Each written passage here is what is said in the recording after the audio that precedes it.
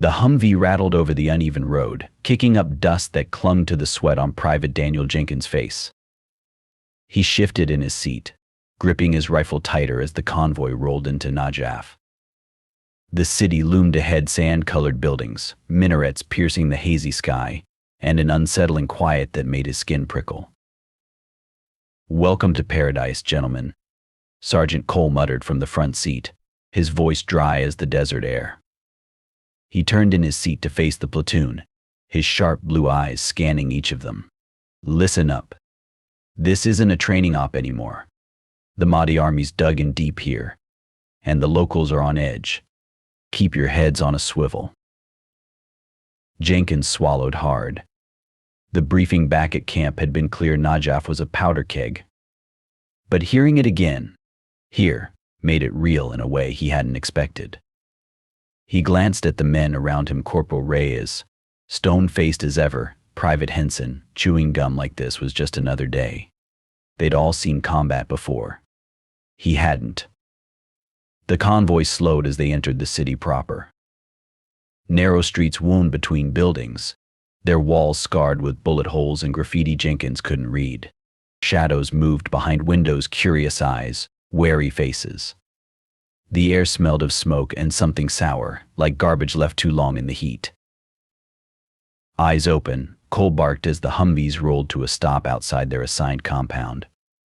The men piled out, gear clanking, boots scuffing against the cracked pavement. Jenkins adjusted his helmet, his pulse thudding in his ears. "You good, new guy?" Reyes nudged him with an elbow, a smirk playing at the corner of his mouth. Jenkins forced a nod. "Yeah. Just taking it in." Reyes snorted. "Don't take too long. This place bites." Cole called them into a huddle near the compound gate. "We're here to support the Iraqi police, but trust me, they've got their own problems. Stay sharp, watch your sectors, and for God's sake, don't get complacent." His gaze lingered on Jenkins for a second too long. "Questions?" No one spoke. The silence stretched, heavy with the weight of what lay ahead. Jenkins exhaled slowly, his breath lost in the dry wind. He wasn't sure what he'd expected, maybe something louder, fiercer. But Najaf just watched them, quiet and waiting. And that was worse. The compound's walls offered little comfort. Jenkins sat on his cot, cleaning his rifle for the third time that hour, the repetitive motions doing nothing to quiet his nerves. Outside, the call to prayer echoed through the streets, a haunting melody that seemed to seep into the very bones of the city. "You're gonna wear out the barrel before you even fire it," Henson remarked from across the room, tossing a crumpled gum wrapper at him. Jenkins didn't look up, just being thorough. A sharp whistle cut through the air, Cole's signal. The platoon snapped to attention as the sergeant strode in, his expression grim. "We've got movement 2 blocks east. Mahdi Army scouts. They're probing, testing our perimeter." He tossed a map onto the table, the edges curling in the heat. "We're moving out. Now." Gear was slung on, helmet secured, rifles checked. Jenkins' hands trembled slightly as he chambered around.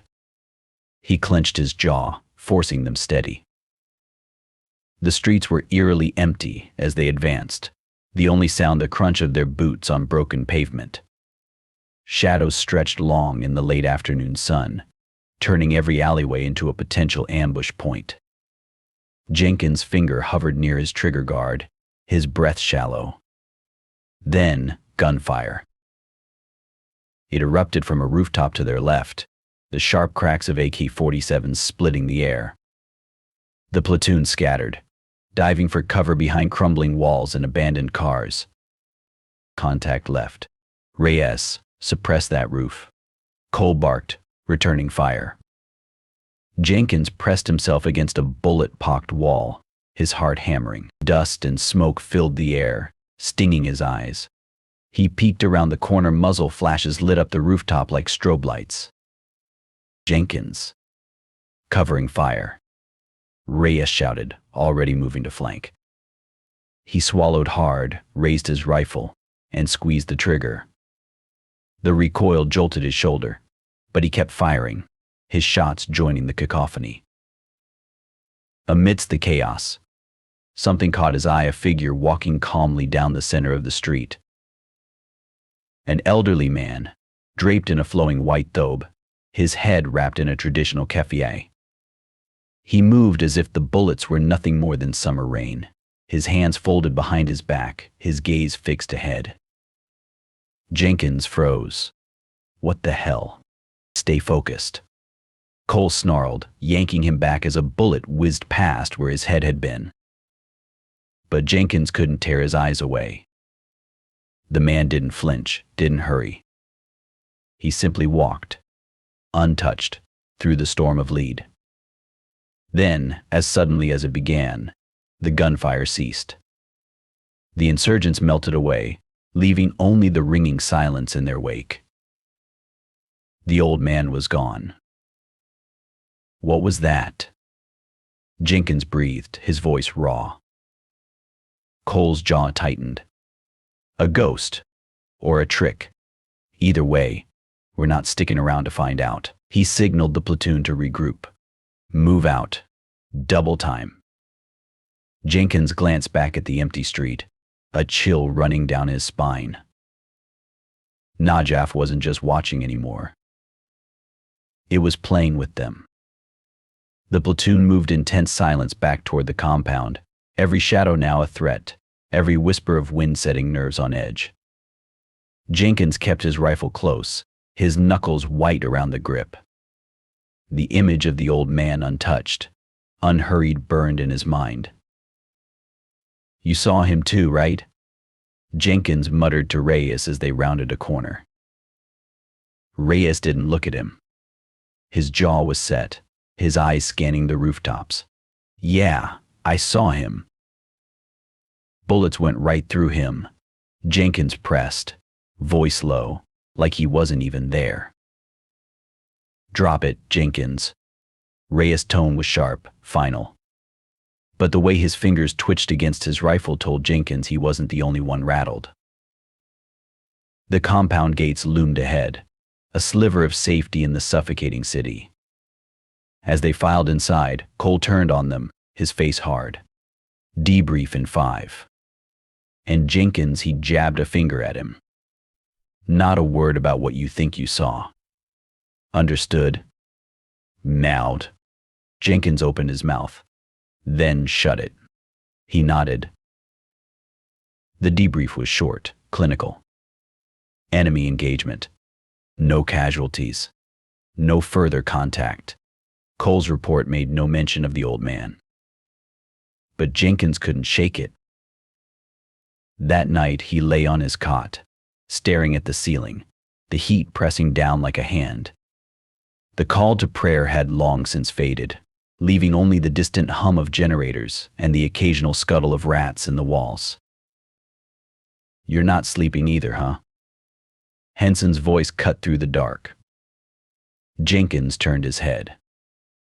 Henson was sitting up, his silhouette outlined by the dim glow of a cigarette. No, Jenkins admitted. Henson took a drag, exhaled slowly. You're thinking about the old guy. Jenkins didn't answer. He didn't need to. Henson's voice dropped to a whisper. I heard stories about this place. From the locals. They say Najaf's got ghosts. Saints, martyrs, things that walk where they shouldn't. Jenkins sat up, the cot creaking under him. You believe that? Henson shrugged. I believe there's shit in this world we don't understand. He crushed the cigarette under his boot. But keep it to yourself. Cole's not in the mood for ghost stories. Jenkins lay back down, but sleep didn't come. At dawn, they were back on patrol. The city was waking up, merchants rolling out their wares, children darting through the streets. It almost felt normal until Jenkins spotted the mosque, the same one the old man had vanished into. Its minaret rose above the surrounding buildings, pale stone gleaming in the morning light. The entrance was shadowed, the heavy wooden doors slightly ajar. Jenkins slowed, his pulse quickening. "Keep moving," Cole growled from behind him. But Jenkins hesitated. A flicker of movement, white fabric, a slow, deliberate step just beyond the doors. Then, nothing. Cole grabbed his shoulder, yanking him forward. I said, "Move, Private." Jenkins stumbled, catching himself before he fell. When he looked back, the mosque doors were still. But he knew what he'd seen. Najaf wasn't just playing with them. It was watching. Now, waiting. The compound's command center was a cramped, windowless room lit by flickering fluorescent lights. Maps and reports covered the walls, and the air smelled of stale coffee and sweat. Jenkins stood at attention beside Reyes and Henson, his back rigid, as Lieutenant Graves paced in front of them. Graves was a tall man with a permanent scowl, his uniform crisper than the desert heat should have allowed. He stopped in front of Cole, who stood at parade rest, his face unreadable. "So," Graves said, tapping a pen against his clipboard, "you're telling me your patrol engaged hostiles, took no casualties, and then what? Saw a ghost?" Cole's jaw tightened. "Sir, we reported enemy contact and subsequent withdrawal. Nothing more." Graves' eyes flicked to Jenkins. And yet, Private Jenkins here seems to think he witnessed something unusual. Jenkins swallowed. He hadn't said a word to Graves, but rumors spread fast in a place like this. "With all due respect, sir," Cole interjected, his voice level, "we've been on high alert for days. Heat, fatigue, it plays tricks on the mind." Graves studied him for a long moment, then sighed. "I've read your report. Standard engagement. No anomalies." He tossed the clipboard onto the table with a clatter. "But let me make one thing clear." His gaze swept over the platoon, lingering on each of them. "This city is volatile enough without soldiers spreading superstitions. The locals are already whispering about jinn and spirits. The last thing we need is our own men adding fuel to that fire." Jenkins clenched his fists behind his back. He knew what he'd seen. Graves leaned in, his voice dropping to a near whisper. "You start talking about ghosts, and suddenly every shadow is a threat. Every misfire is a curse. That's how mistakes happen. That's how people die." He straightened. "Am I understood?" A chorus of "yes, sir" echoed through the room. Jenkins bit his tongue. Dismissed, the platoon filed out into the courtyard. The sun beat down mercilessly, and Jenkins squinted against the glare. Reyes lit a cigarette, exhaling sharply. "Well, that went great," Henson muttered, rolling his shoulders. "Guess we're all just hallucinating now." Jenkins hesitated, then lowered his voice. "We all saw him. You can't tell me that was just." Cole grabbed his arm, steering him away from the others. His grip was iron. "Listen to me, Jenkins," he hissed. "You keep your mouth shut. Graves isn't wrong. This place eats doubt for breakfast. You start questioning what's real, and next thing you know, you're putting a bullet in your own foot, or worse, someone else's." Jenkins yanked his arm free. "So what? We just pretend it didn't happen?" Cole's eyes were hard.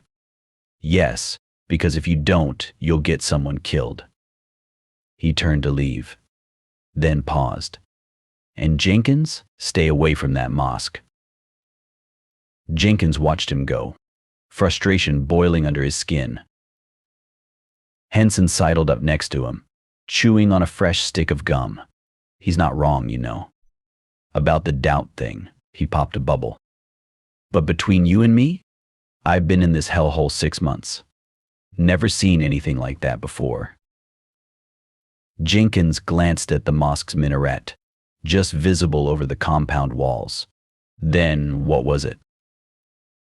Henson shrugged. Maybe Najaf's just messing with you. Or maybe, he trailed off, his usual smirk fading. Maybe some things don't want to be seen. A chill ran down Jenkins' spine, despite the heat. He had the unsettling feeling that whatever was in that mosque wasn't done with them yet.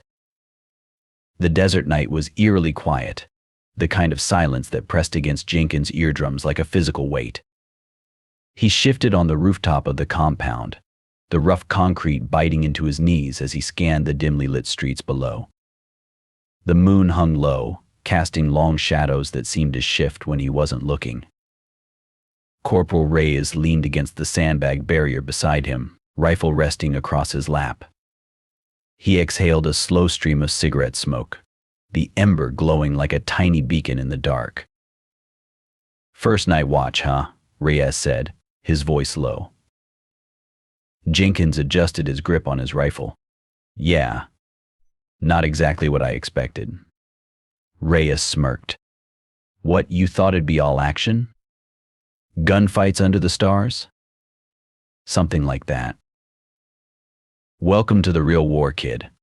90% boredom, 10% sheer terror." Reyes flicked ash over the edge of the roof. "And in Najaf? Maybe a little extra." Jenkins frowned. "Extra?" Reyes didn't answer right away. His eyes tracked something in the distance, a flicker of movement near the edge of the market square. Jenkins tensed, raising his rifle, but Reyes shook his head. "Just a cat. Or the wind." He took another drag. "But this city, it's got a reputation." Jenkins hesitated. After the debrief, he wasn't sure he should ask. But the silence stretched, and the question burned in his throat. What kind of reputation? Reyes exhaled slowly, watching the smoke curl into the night. "You ever hear the locals talk about the jinn spirits? Some say they're protectors. Others say they're tricksters. Either way, they're old, older than this city." Jenkins' skin prickled. "You believe that?" Reyes shrugged. "I believe there are things here that don't follow the rules. You've seen it yourself." Jenkins thought of the old man, walking untouched through gunfire. His fingers tightened around his rifle. "So what do we do about it?" "We do our jobs." Reyes stubbed out his cigarette. "Watch. Listen. And for God's sake, don't go looking for answers." A gust of wind swept across the rooftop, carrying the scent of dust and something faintly metallic. Jenkins shivered. Then movement. Movement. At the far end of the street, where the shadows pooled thickest, a figure stood. The old man. D. Jenkins' breath hitched. The man was just as he'd been before, white thobe, keffiyeh, hands folded behind his back. But now, he wasn't walking. He was watching. "Reyes," Jenkins whispered, barely audible. "Do you see?" Reyes followed his gaze. His body went rigid. For a long moment, neither of them moved. The old man didn't either. He simply stood there, his face obscured by darkness, his presence like a weight in the air. Then, as if sensing their attention, he turned and stepped into the alleyway. Gone. Jenkins exhaled sharply. He was there. Reyes didn't answer. His jaw was clenched, his fingers tapping a nervous rhythm against his rifle. Jenkins swallowed. What does he want? Reyes finally looked at him, his expression unreadable in the dim light. Maybe nothing. Maybe everything. He straightened, adjusting his helmet. But we're not sticking around to find out. Eyes on the perimeter. Jenkins. That's all that matters. Jenkins forced himself to nod. But as he turned back to scan the streets, his gaze kept drifting to that empty alleyway. The night stretched on, silent and heavy. And somewhere in the darkness, Jenkins could feel it. Najaf was watching back. The crack of gunfire shattered the morning calm. Jenkins ducked behind a crumbling storefront, his heart hammering against his ribs. Bullets chewed into the wall above his head, raining dust and debris onto his helmet. Across the street, Reyes and Henson were pinned down behind an overturned cart, their rifles barking in short, controlled bursts. Jenkins. Flank left. Sergeant Cole's voice cut through the chaos. Jenkins gritted his teeth and lunged from cover, sprinting low along the storefronts. His boot skidded on loose gravel as he rounded the corner, bringing his rifle up just in time to see a muzzle flash from a second-story window. He squeezed the trigger. The insurgent jerked back, vanishing inside. Got him. Move up. Cole signaled the squad forward. They advanced in staggered rushes, leapfrogging between cover. The air was thick with smoke and the tang of gunpowder, the heat pressing in like a living thing. Jenkins wiped sweat from his eyes, his breath ragged. Then, movement. At the far end of the street, where the fighting was thickest, the old man appeared. Jenkins froze. The figure in white walked calmly through the crossfire, his thobe untouched by dust or blood. Bullets tore through the air around him, some even seemed to pass through him, yet he moved, as if strolling through a garden. This time others saw him too. Jesus Christ, Henson's voice cracked as he gaped. Reyes swore under his breath, his rifle lowering a fraction. Cole didn't hesitate, eyes on the damn fight. He roared, snapping off a shot toward the insurgents, but even his voice wavered. Jenkins couldn't look away. The old man paused in the middle of the street, turning his head slowly directly toward their position. For a heartbeat, Jenkins swore he saw the man's face. Wrinkled, weathered, but his eyes, ancient. Then, as abruptly as the firefight had begun, it ended. The insurgents fell back, their shouts fading into the maze of alleyways. Silence descended, broken only by the distant wail of a wounded man. The old man was gone. No one spoke. The squad stood rooted, rifles slack in their hands, the weight of what they'd witnessed pressing down like a physical force. Cole was the first to recover. He turned on them, his face a mask of barely contained fury. Not a word. His gaze swept over them, lingering on Jenkins. You hear me? Not one damn word. Henson swallowed hard. Sarge, we all just... I don't care what you think you saw. Cole's voice dropped to a snarl. You start talking about this, and next thing you know, half the damn battalion's seeing ghosts in every shadow. He jabbed a finger toward the empty street. That was a trick of the light. Heat haze. Nothing more. Nothing more. Jenkins opened his mouth, then shut it at Cole's glare. The sergeant exhaled sharply, adjusting his helmet.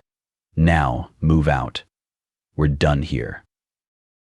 The squad fell into line, but the tension hung thick between them. Reyes walked stiffly, his knuckles white around his rifle. Henson kept glancing over his shoulder, as if expecting the old man to reappear. And Jenkins. He knew what he'd seen. And this time, so did they all. As they trudged back toward the compound, the streets of Najaf seemed to close in around them, the walls whispering secrets in a language none of them could understand. The old man wasn't just watching anymore. He was choosing to be seen. The call came just before dawn. Jenkins was still half asleep when Cole shook him awake, his face grim in the dim glow of the bunkroom lantern. Suit up. Now. 5 minutes later, the squad stood in the compound courtyard, gear strapped tight, rifles slung. Lieutenant Graves paced in front of them, his polished boots crunching on gravel. We've got intel, Graves said. Voice clipped. Local sources report unusual activity near the Al-Salah Mosque. Same area where your patrol made contact yesterday. His eyes flicked to Cole. You're to sweep the premises. Standard recon. If you find hostiles, engage. If not, document and withdraw. Jenkins' pulse quickened. The mosque, the one the old man had vanished into. Graves handed Cole a folded map. Stay sharp. The locals are jumpy, claims of spirits are spreading. We don't need more hysteria. Cole nodded. Understood, sir. The streets were deserted as they moved out, the sky still bruised with the last remnants of night. The air smelled of damp earth and something faintly sour like old incense. Jenkins kept his rifle raised, his eyes scanning the darkened windows. Every shadow seemed to shift as they passed. The mosque loomed ahead, its pale stone facade glowing faintly in the pre-dawn light. The heavy wooden doors were slightly ajar, just as Jenkins had seen before. Cole signaled a halt. Reyes, Henson covered the exits. Jenkins, with me. Jenkins swallowed hard as he followed Cole toward the entrance. The sergeant paused at the threshold, his hand resting on his sidearm. You see anything you call it out. Clear. In now. Jenkins nodded. Cole pushed the door open. The interior was cavernous, the high ceiling lost in shadow. Flickering oil lamps cast wavering light across the tiled floor, their reflections dancing like ghosts in the polished stone.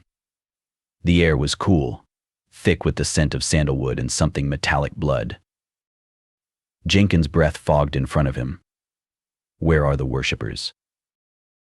Cole didn't answer. He moved forward, his boots silent on the tiles. Jenkins followed, his grip slick on his rifle. The prayer hall stretched before them, empty but for rows of worn prayer rugs. At the far end, the mihrab, a niche marking the direction of Mecca, was dark, its intricate carvings swallowing the lamplight. Then, a whisper. Jenkins spun, rifle raised. Did you hear? Cole held up a hand, listening. The sound came again, a low, rhythmic murmur, just on the edge of hearing. Not Arabic. Something older. Show yourself. Cole barked, his voice echoing through the hall. Silence. Then movement. A flicker of white at the edge of Jenkins' vision. He whirled, but there was nothing. Sergeant. Me. I saw it, Cole muttered. He moved toward the mihrab, his steps deliberate. Jenkins followed, his heartbeat loud in his ears. The whispering grew louder, twisting around them like smoke. The air thickened, pressing against Jenkins' skin. Then, the lamps went out. Darkness swallowed the hall. Jenkins froze, his breath coming in short gasps. Cole. No answer. Den. A hand brushed his shoulder. He jerked away, swinging his rifle toward the touch. But there was no one there. The whispering surged, voices overlapping in a language that made his bones ache.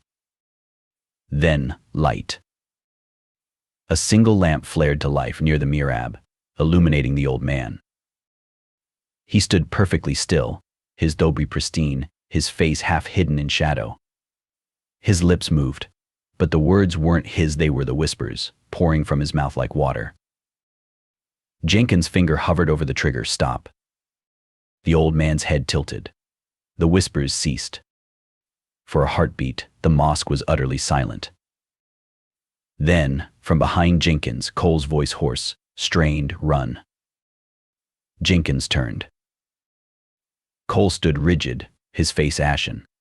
His eyes were fixed on something beyond Jenkins, something in the darkness behind the old man. Jenkins looked back. The shadows moved. Not just darkness shapes. Figures stretching toward them, their outlines blurring like ink in water. The old man raised a hand. The lamp went out. Jenkins didn't think. He grabbed Cole's arm and ran. The doors loomed ahead, a sliver of dawn light bleeding through. Behind them, the whispers rose to a crescendo, then cut off as they burst into the street.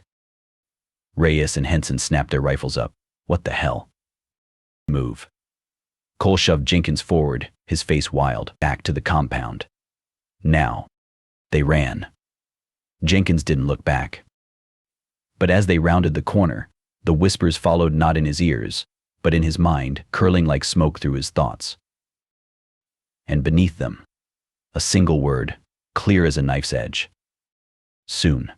The compound buzzed with uneasy energy. Jenkins sat on the edge of his cot, scrubbing a hand over his face. The whispers still lingered in his skull, a phantom itch he couldn't scratch.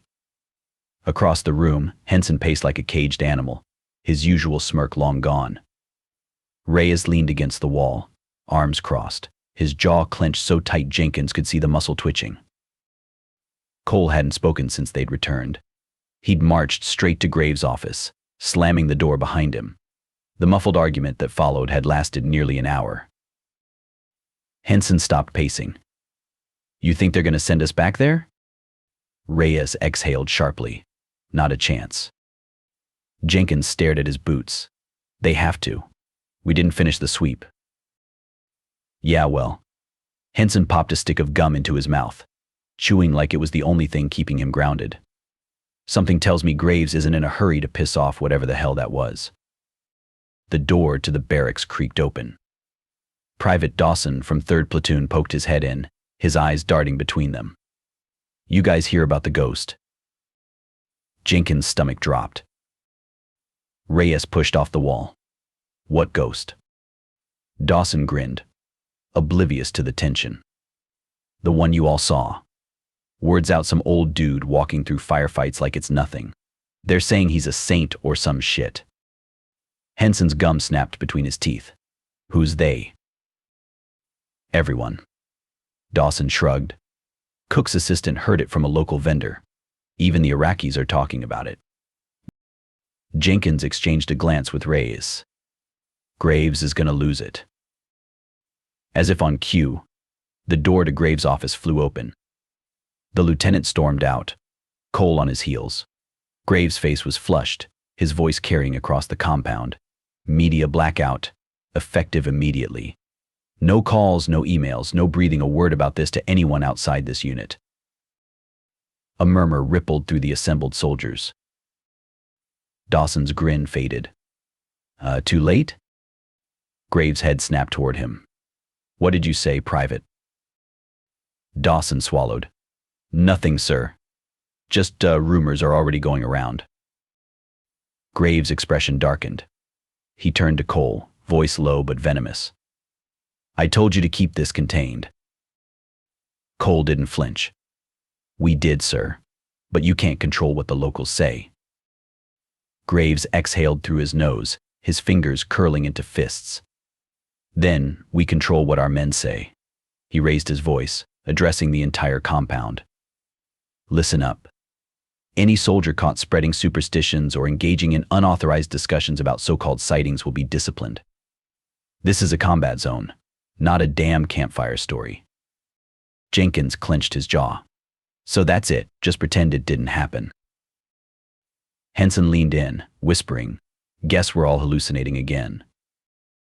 Graves wasn't done. "From this point forward, all patrols near the Al-Salah mosque are suspended until further notice, no exceptions." A ripple of unease passed through the men. Suspending patrols in a hot zone. That wasn't standard. That was fear. Graves didn't seem to care.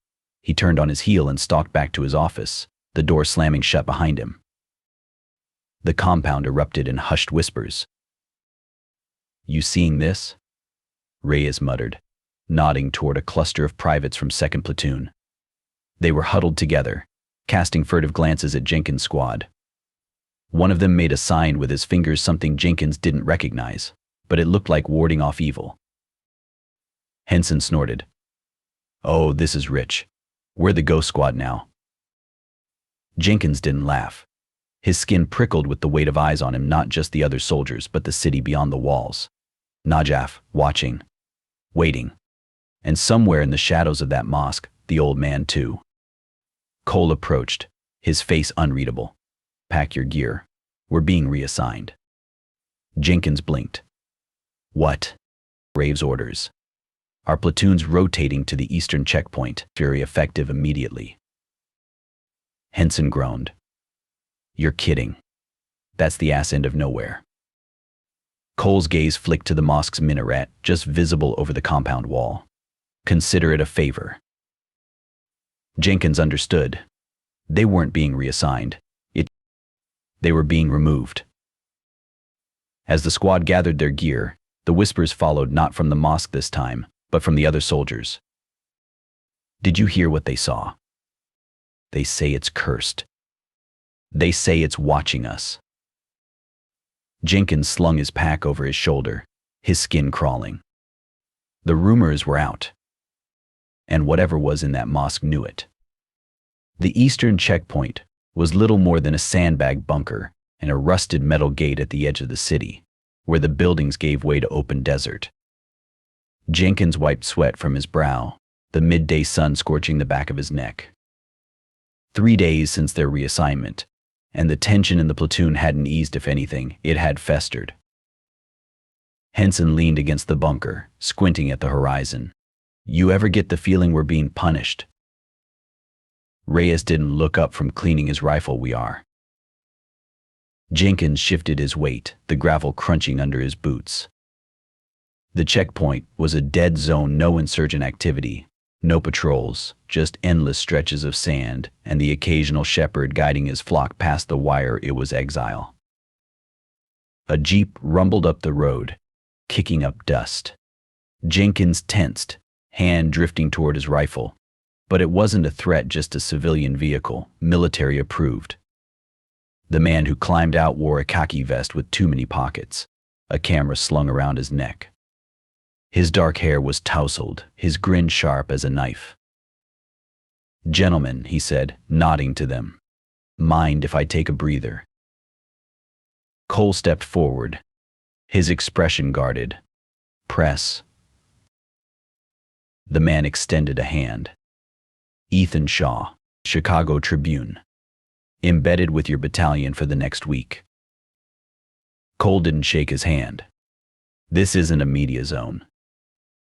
Shaw's grin didn't falter. He pulled out a folded sheet of paper orders, stamped with Graves' signature. Lieutenant cleared it. Human interest piece. A day in the life. That sort of thing. Jenkins exchanged a glance with Henson.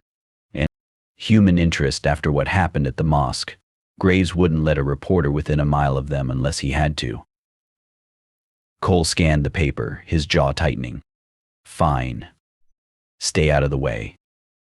Shaw's eyes flicked over the checkpoint, lingering on the worn sandbags, the sun-bleached gear. Quiet out here. Yeah, Henson drawled. Real thrilling stuff. Shaw chuckled, but his gaze was calculating. Heard you boys were reassigned from the city center. Any particular reason?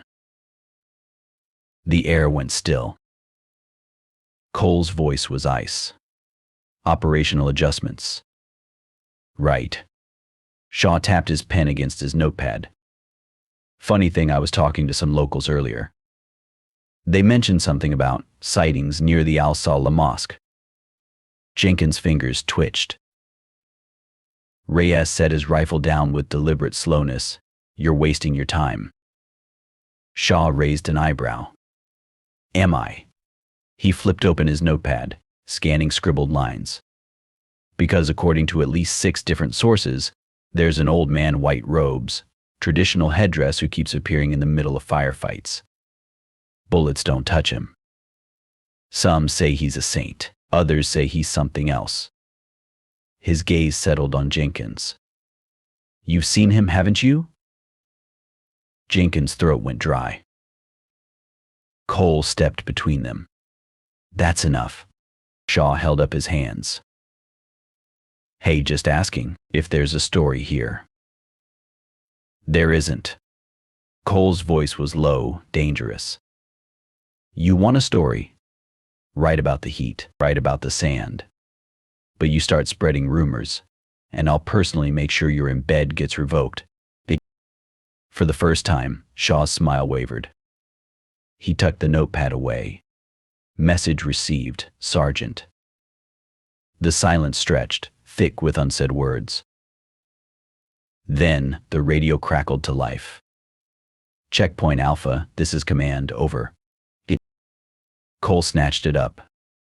Command, Alpha, go ahead. Graves' voice was clipped. Return to base immediately. All personnel. Over. Cole's grip tightened on the radio. Understood. Out. Shaw arched a brow. Trouble? Cole ignored him, turning to the squad. Pack it up, we're moving. As they loaded the jeep, Jenkins caught Shaw watching him, his expression unreadable. The journalist pulled a card from his pocket and held it out. If you ever want to talk, he said quietly. Off the record. Jenkins hesitated, then took the card. Shaw's fingers lingered a second too long. Be careful, Private, he murmured. Some stories don't like staying buried. Then he was gone, climbing into his jeep and kicking up dust as he sped back toward the city. Jenkins tucked the card into his vest, his skin prickling. The whispers in his head grew louder. Soon. The summons back to base was abrupt, but the reason became clear the moment they rolled through the compound gates. The courtyard was in chaos, soldiers clustered in tight groups, voices hushed but urgent.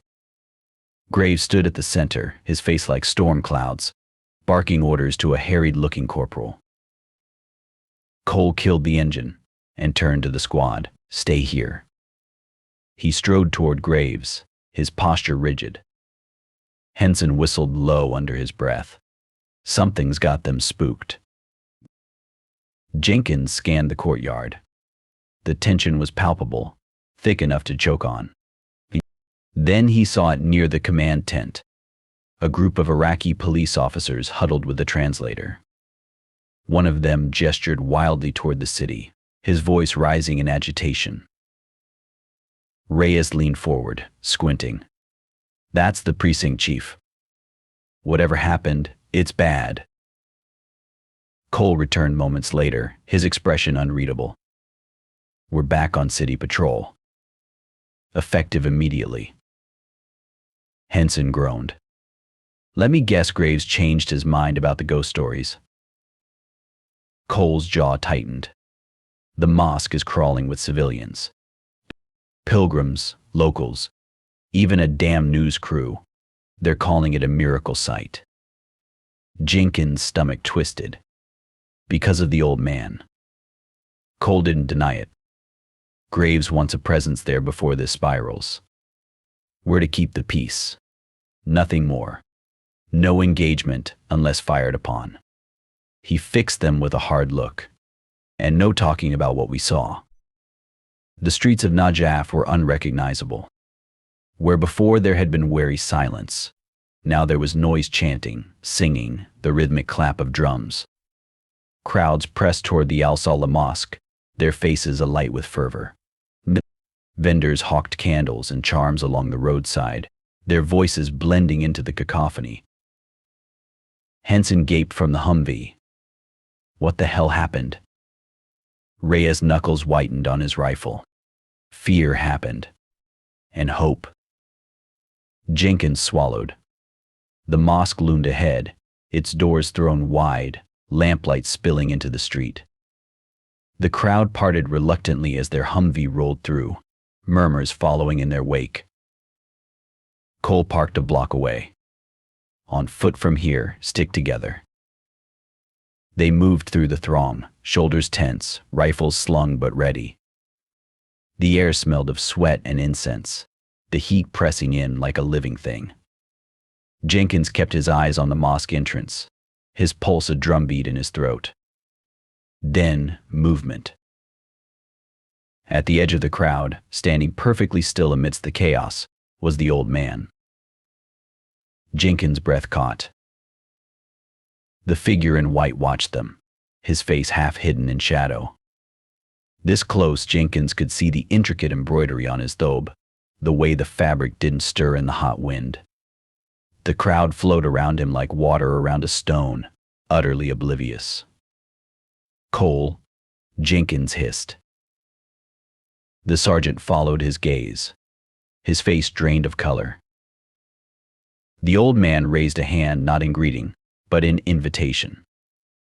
Then he turned and walked into an alleyway, his form flickering like a mirage. Henson grabbed Jenkins' arm. "Did you?" "Yeah." "Cha." Cole exhaled sharply. "Reyes, Henson, hold position here." "Well, Jenkins, with me." "Me." Jenkins' mouth went dry, but he fell into step behind Cole as they broke from the squad. The alley was narrow, the walls pressing in, the sounds of the crowd fading to a distant hum. The old man stood at the far end, silhouetted against the sunlight. Cole's hand hovered over his sidearm. "Stop right there." The man didn't move, didn't speak. Jenkins' skin prickled. "What do you want?" For the first time, the old man turned fully toward them. His face was lined with age, but his eyes. Jenkins recoiled. They weren't human. Too dark, too deep, like staring into a well with no bottom. The whispers from the mosque surged in Jenkins' mind, a chorus of voices not his own. The old man opened his mouth and vanished. Not like before, slipping into shadow. This time, he blinked out of existence, the air where he'd stood rippling like heat haze. Cole staggered back. Jesus Christ. Jenkins' knees threatened to buckle. The whispers crescendoed, a single word slicing through the noise. Now. Then, silence. The alley was empty. The crowd's noise rushed back in, distant and dissonant. Cole grabbed Jenkins' shoulder, his grip bruising. Not a word. To anyone. Jenkins nodded numbly. But as they rejoined the squad, one thing was clear. This wasn't a ghost. This was something else. And it wasn't done with them yet. The summons came at dawn. Jenkins sat on the edge of his cot, still shaking from the night before. The image of the old man's eyes, those endless, inhuman depths, burned behind his eyelids. He hadn't slept. The barracks door swung open. Lieutenant Graves stood in the frame, his uniform crisp, his expression unreadable. "Private Jenkins."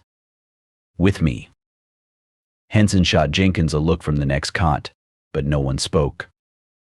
Jenkins followed Graves through the compound, the morning air already thick with heat. The lieutenant didn't say a word until they reached a small, windowless trailer at the edge of the base. The sign on the door read, "Medical Unit, Mental Health Services." Jenkins' stomach dropped. Graves finally turned to him. "You've been exhibiting erratic behavior, Private. Hallucinations. Paranoia." His voice was clinical, detached. "Given the stress of deployment, Command has deemed a psychological evaluation necessary." Jenkins clenched his fists. "Sir, I'm not. Save it for the doc." Graves opened the door and gestured inside. The trailer was dim, the air stale. A folding table had been set up with a laptop and a stack of forms. Behind it sat a middle-aged man in army fatigues, his silver hair cropped short, his eyes sharp behind wire-rimmed glasses. He didn't smile. "Private Jenkins," the man said, nodding to the chair across from him. "I'm Dr. Mercer. Have a seat." Jenkins sat. The door clicked shut behind Graves, leaving them alone. Dr. Mercer folded his hands on the table. "Let's start simple. How are you sleeping?" Jenkins swallowed. "Fine." The doctor's eyebrow arched. He tapped a key on the laptop, and a recording began to play Jenkins' own voice, strained and frantic, from the debrief after the mosque. "He was there. I saw him. His eyes, they weren't human." The recording cut off. Dr. Mercer leaned forward. "Tell me about the old man." Jenkins' pulse pounded in his ears. He knew how this worked, admit to seeing things that weren't there, and he'd be labeled unstable. Maybe even pulled from duty. But deny it, and he'd be lying to a superior officer. I saw what I saw, he said carefully. Dr. Mercer sighed. Private, I've evaluated dozens of soldiers in your position. Combat zones breed stress, exhaustion, hypervigilance. It's common to misinterpret shadows, to see threats where there are none. He pulled a file from the stack. Your record shows no prior history of mental illness. But trauma doesn't discriminate. Jenkins gritted his teeth. It wasn't trauma. It wasn't my mind playing tricks. The others saw him too. Did they? The doctor flipped open the file incident reports, all stamped with Graves' signature. Sergeant Cole reported possible visual distortions due to heat haze. Corporal Reyes described a civilian caught in crossfire. Private Henson admitted to seeing nothing conclusive. He looked up. Only you insist this was something supernatural. Jenkins' hands trembled in his lap. They'd lied, or Graves had made them lie. Dr. Mercer softened his tone. Jenkins, you're not in trouble. But I need you to consider the possibility that what you experienced was a manifestation of stress. PTSD can. It's not PTSD. Jenkins slammed his palms on the table, making the laptop jump. I know what I saw. That thing in the mosque, it spoke to me. It's real. The doctor didn't flinch. He simply made a note on his pad. Tell me about the voices. Jenkins froze. He hadn't mentioned the whispers. Dr. Mercer tapped his pen. Auditory hallucinations are a known symptom, if you're hearing things. I'm not crazy. Jenkins' voice cracked. No one said you were. The doctor set down his pen. But I am recommending temporary removal from active duty. A few weeks rest. Maybe some medication to help you sleep. Jenkins shot to his feet, the chair screeching behind him. You're not listening. It's not in my head. It's out there. He stabbed a finger toward the window, toward the city, and it's getting stronger. The trailer door flew open. Graves stood there, 2 MPs flanking him. Everything all right in here? Dr. Mercer closed his file. Private Jenkins is experiencing acute stress reaction. I'm recommending immediate transfer to the rear for evaluation. Graves nodded, as if he'd expected this. Understood, doctor. Jenkins backed away as the MP stepped forward. No, you can't. One of the MPs grabbed his arm. Easy, Private. Jenkins wrenched free. Cole knows. Reyes and Henson, they saw it too. Ask them. Graves' expression didn't change. They've already given their statements. The truth hit like a bullet. They'd sold him out. Jenkins sagged, the fight draining out of him. The MPs took his arms, guiding him toward the door. Dr. Mercer stood, his voice almost kind. It's going to be okay, son. This is for your own good. As they marched him across the compound, past the staring eyes of his squad, Jenkins knew the truth. They weren't sending him away to help him. They were sending him away to silence him. And whatever was in Najaf, it was still out there, waiting. The compound hummed with tension. Jenkins sat in the back of a transport truck, his wrists resting on his knees, his gaze fixed on the dust swirling outside the open tailgate. The MPs had left him there under guard, waiting for the convoy to take him to the rear. Footsteps crunched on gravel. Sergeant Cole approached, his face unreadable beneath the shadow of his helmet. He dismissed the guards with a curt nod, then leaned against the truck bed, arms crossed. For a long moment, neither spoke. Finally, Jenkins broke the silence. You told them I was seeing things. Cole exhaled sharply through his nose. I told him what I had to. Jenkins' hands curled into fists. You lied. Cole's jaw tightened. He glanced over his shoulder, ensuring they were alone, then lowered his voice. Listen to me, kid. This isn't about what we saw. It's about containment. Graves got orders from higher-ups to suppress the story. No leaks, no media circus, no panic in the ranks. His eyes flicked to the command tent, where Graves stood talking to a radio operator. They're calling it operational security. Jenkins scoffed. Bullshit. They're scared. Damn right they are. Cole leaned closer, his breath hot against Jenkins' ear. You think the Army wants to explain to the Pentagon why an entire platoon is reporting supernatural contacts? They'll bury this so deep no one will ever dig it up. Jenkins' pulse pounded. So what? I just disappear? Play the crazy card. Cole's grip on his arm was iron. You play the survival card. You go to the rear, you keep your head down, and you live. Because if you keep pushing this, Jenkins, they won't send you to a doctor. His voice dropped to a whisper. They'll send you to a grave. The words hung between them, heavy as a coffin lid.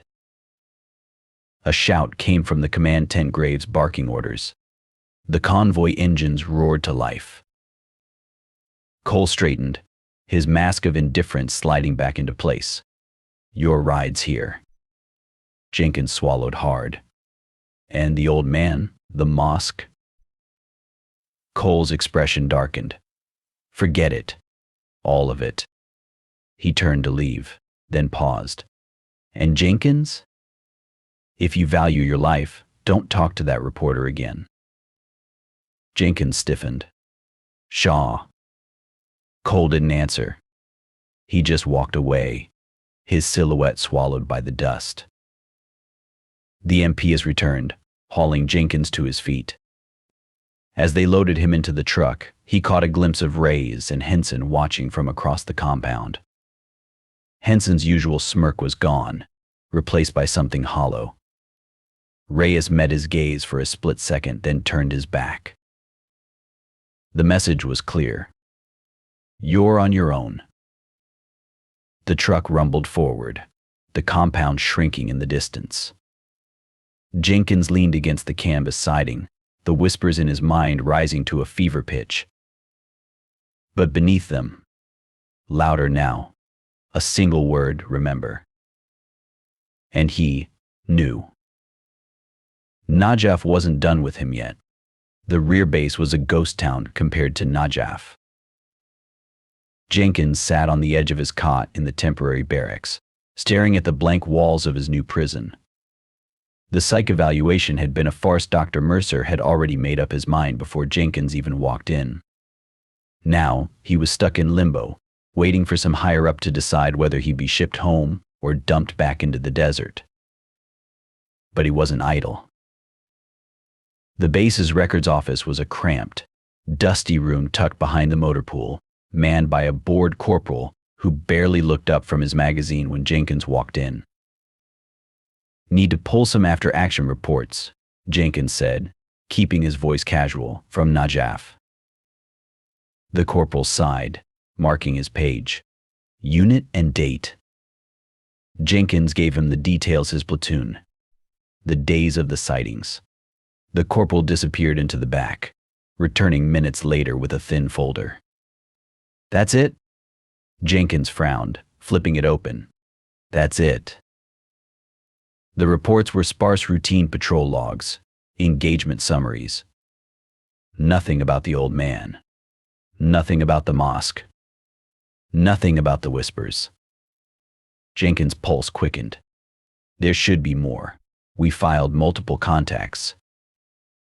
The corporal shrugged. Not in the system. Jenkins clenched his jaw. He knew what he'd seen. He knew Cole had filed those reports, which meant someone had scrubbed them. He left the records office, the desert sun burning his neck as he crossed the base. He needed to talk to someone who'd believe him, someone who'd seen it too.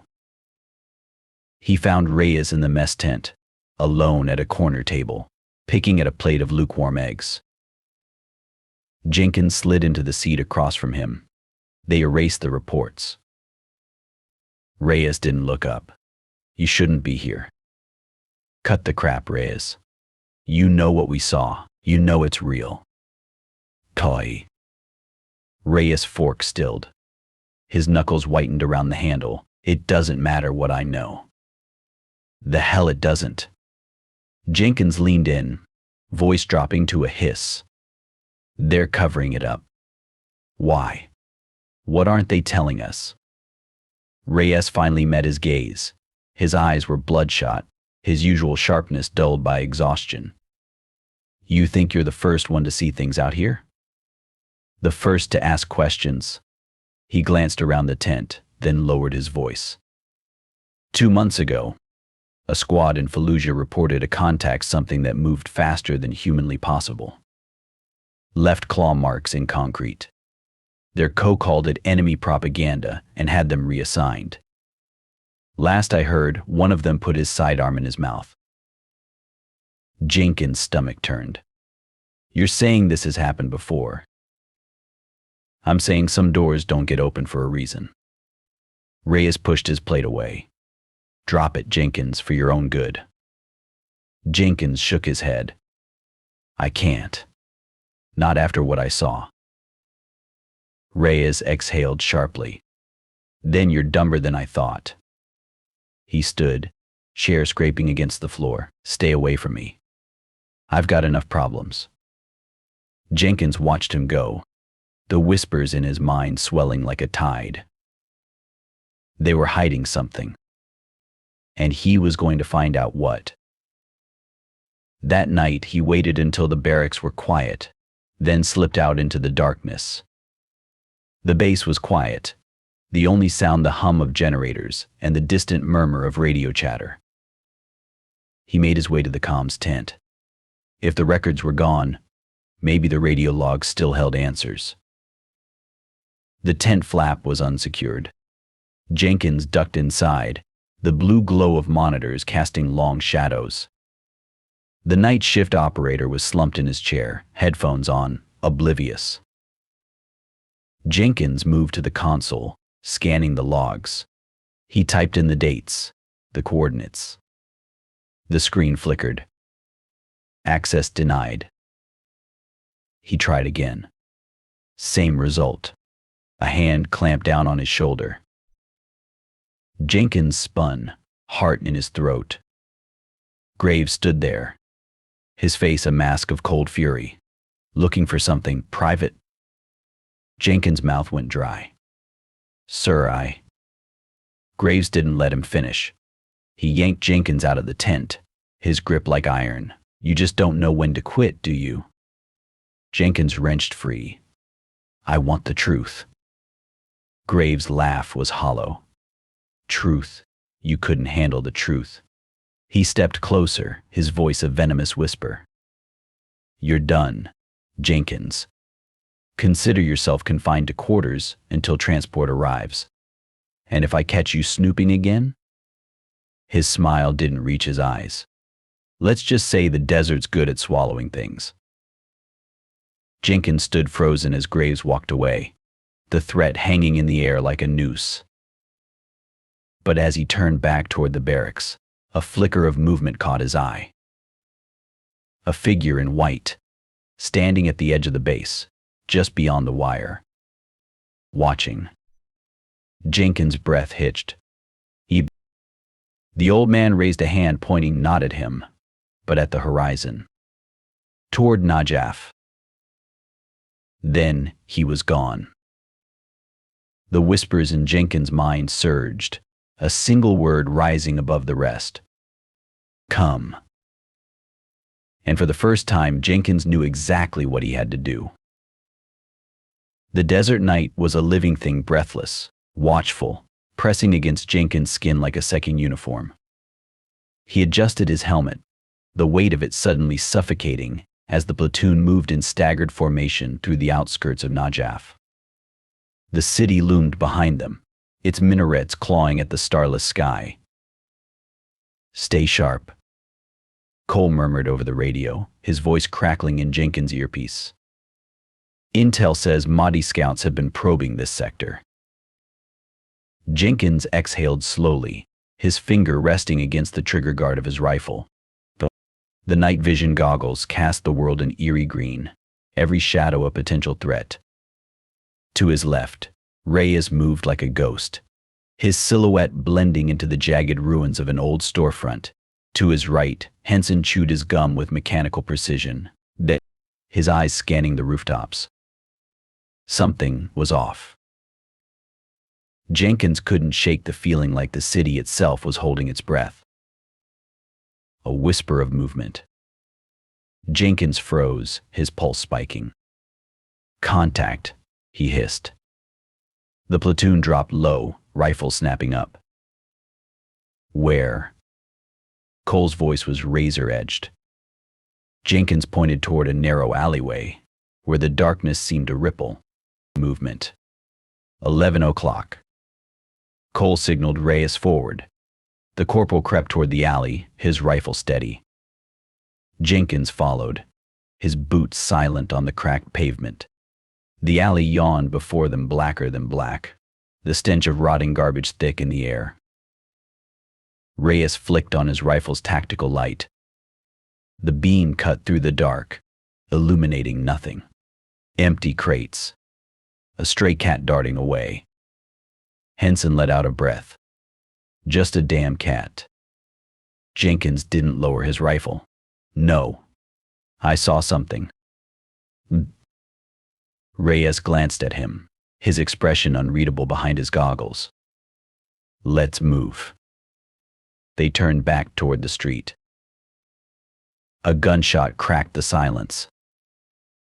Jenkins hit the ground as the bullet whizzed past his ear, embedding itself in the wall behind him.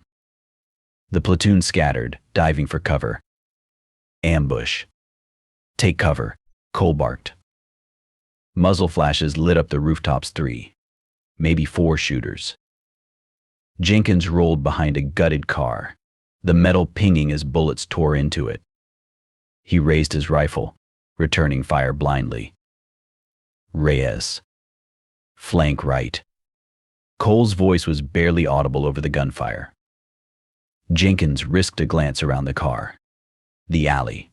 The same alley. The old man stood there. White thobe. Keffieh. Hands folded behind his back. Watching. Jenkins' breath caught. The firefight raged around him, bullets slicing the air, but the old man didn't flinch. He simply stared at Jenkins, his face half hidden in shadow. Then a slow, deliberate step forward. Jenkins' blood turned to ice. Do you see him? He shouted to Reyes. Reyes followed his gaze, his face draining of color. Oh, hell. The old man took another step. Closer now. Close enough that Jenkins could see the embroidery on his robe, the way the fabric didn't stir in the wind. And his eyes, black, endless. Jenkins' finger twitched on the trigger. The old man smiled. Then vanished. The gunfire stopped. Silence crashed down, sudden and absolute. Report. Cole's voice was ragged. Clear. Reyes called. Clear. Henson echoed. Jenkins didn't speak. His hands shook as he scanned the alley. Empty. Cole moved to his side, gripping his shoulder. Jenkins. What did you see? Jenkins swallowed hard. Him. Cole's jaw tightened. He didn't ask for clarification, he knew. Fall back, Cole ordered, his voice low, now.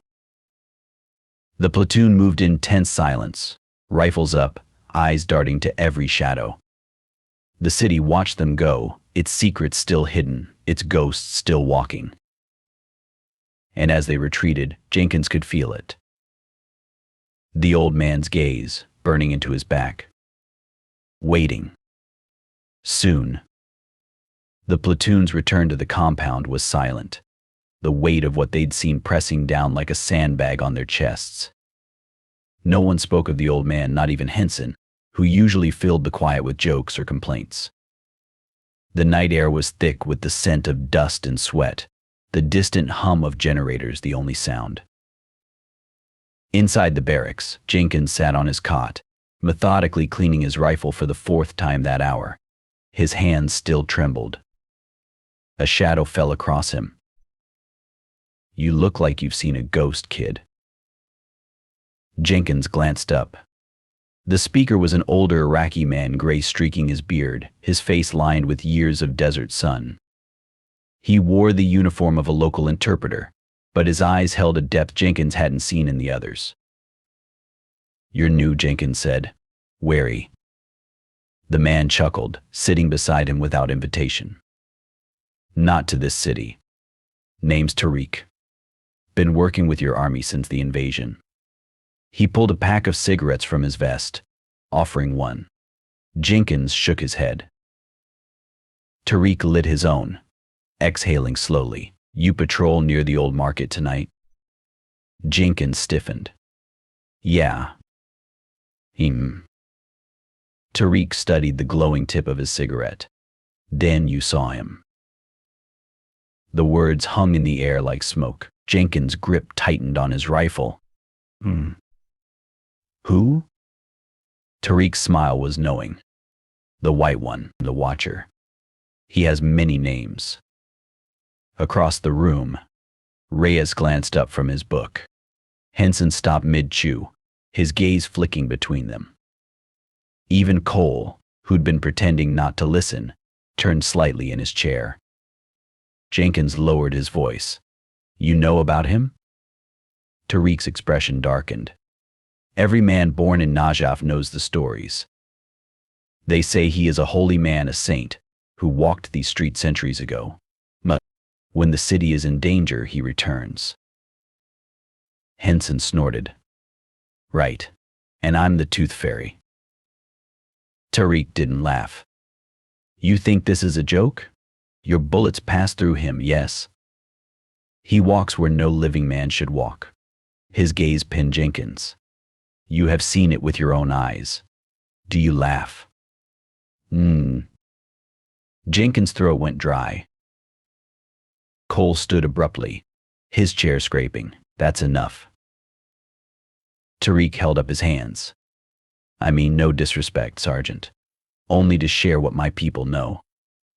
He leaned forward, his voice dropping to a whisper. "They say the Watcher appears before great bloodshed. Before the city feeds." A chill crawled down Jenkins' spine. "Feeds?" Tariq stubbed out his cigarette. "Najaf is old, older than your country. Older than your religion. Some places, hunger." He stood, adjusting his vest. "Sleep lightly. Soldiers." As he walked away, Jenkins caught Cole's eye. The sergeant's face was stone, but his knuckles were white where they gripped his belt. Henson broke the silence first. "Well, that was fucking creepy." Reyes flipped a page in his book, too deliberately, "Just local superstition." Jenkins stared at the spot where Tariq had been sitting. Then why did it feel like a warning? No one answered. Outside, the wind howled through the razor wire, carrying with it the faintest echo of whispers. And somewhere in the darkness, the old man watched, waiting, hungry. The mortar rounds hit without warning. 1 second, the platoon was moving through the narrow streets of Najaf, the sun a white-hot brand overhead. The next, the world erupted in fire and thunder. Jenkins dove behind a crumbling wall as the first explosion tore through the marketplace ahead, the concussive blast rattling his teeth. Dust and debris rained down, stinging his eyes. "Take cover." Cole's voice was barely audible over the ringing in Jenkins' ears. Another impact, closer this time. The ground heaved, throwing Jenkins against the wall. He gasped, the air punched from his lungs. Through the smoke, he saw Reyes dragging Henson behind a burned-out car, blood streaking the corporal's face. Then, movement. At the center of the street, untouched by the chaos, the old man walked. Jenkins' breath caught. The figure in white moved with the same unhurried grace as before, his thobe fluttering in the blast waves but never staining, never tearing. A mortar round struck the building beside him. The explosion engulfed him, and he stepped through the flames unscathed. This time, Graves saw him too. The lieutenant stood frozen in the middle of the street, his rifle slack in his hands, his mouth open in silent shock. The old man turned his head slow, deliberate, and met Graves' gaze. For a heartbeat, the world seemed to hold its breath. Then Graves screamed. Not in fear, not in anger. A raw, guttural sound, like his soul was being ripped from his body. He dropped to his knees, clawing at his face, his eyes wide and unseeing. Graves.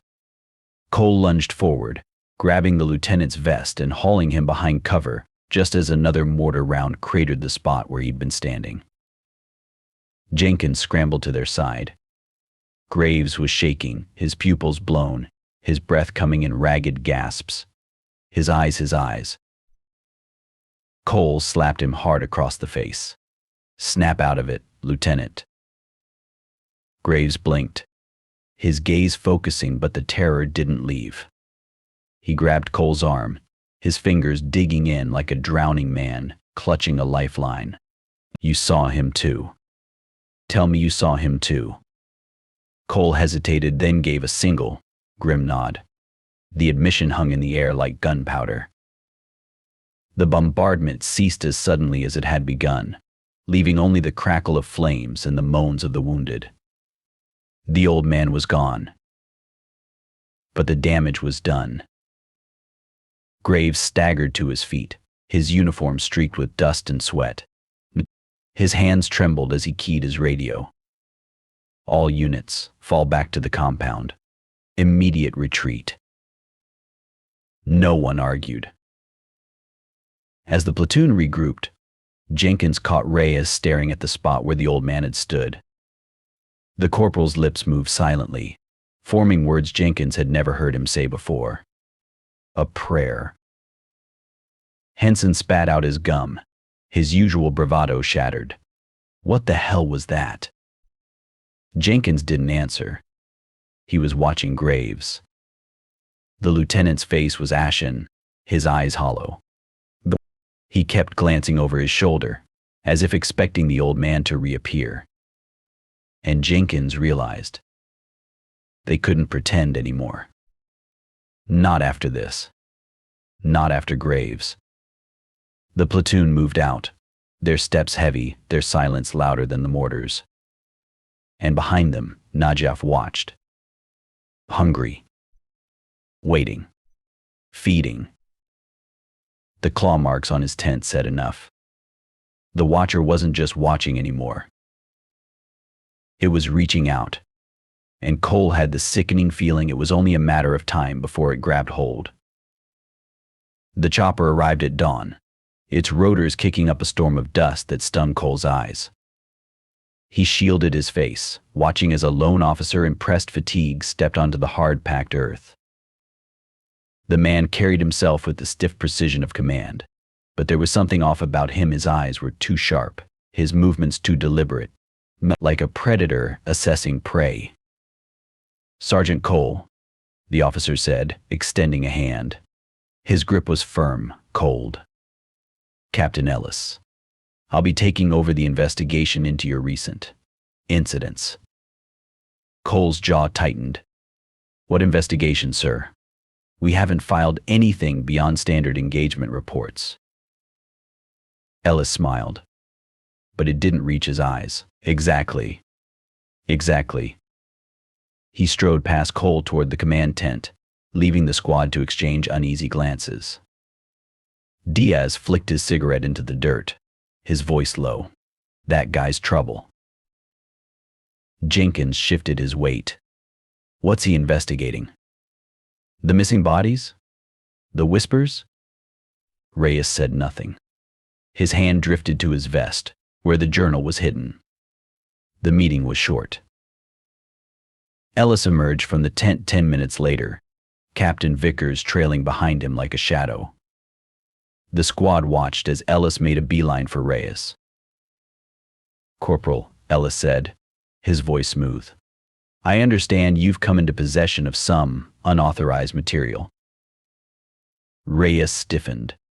"Sir," Ellis held out his hand, "the journal." "Yeah." A beat of silence. Reyes' fingers twitched toward his vest, but Cole stepped forward. "With all due respect, Captain, that journal was found on base. It's not classified." Ellis's gaze slid to Cole, his expression unreadable. "Everything in this valley is classified, Sergeant." His hand didn't waver. "The journal, now." "Now." Reyes hesitated, then pulled the leather-bound book from his vest and handed it over. Ellis flipped through it, his lips thinning as he scanned the entries. Then, without a word, he slipped it into his own pocket. The compound was a pressure cooker ready to blow. Jenkins stood outside Graves' makeshift office, his pulse hammering in his throat. The lieutenant had been holed up inside since the mortar attack, refusing to speak to anyone, even Cole. The whispers among the men had grown louder, more frantic. "Did you see Graves lose it? What did he see out there?"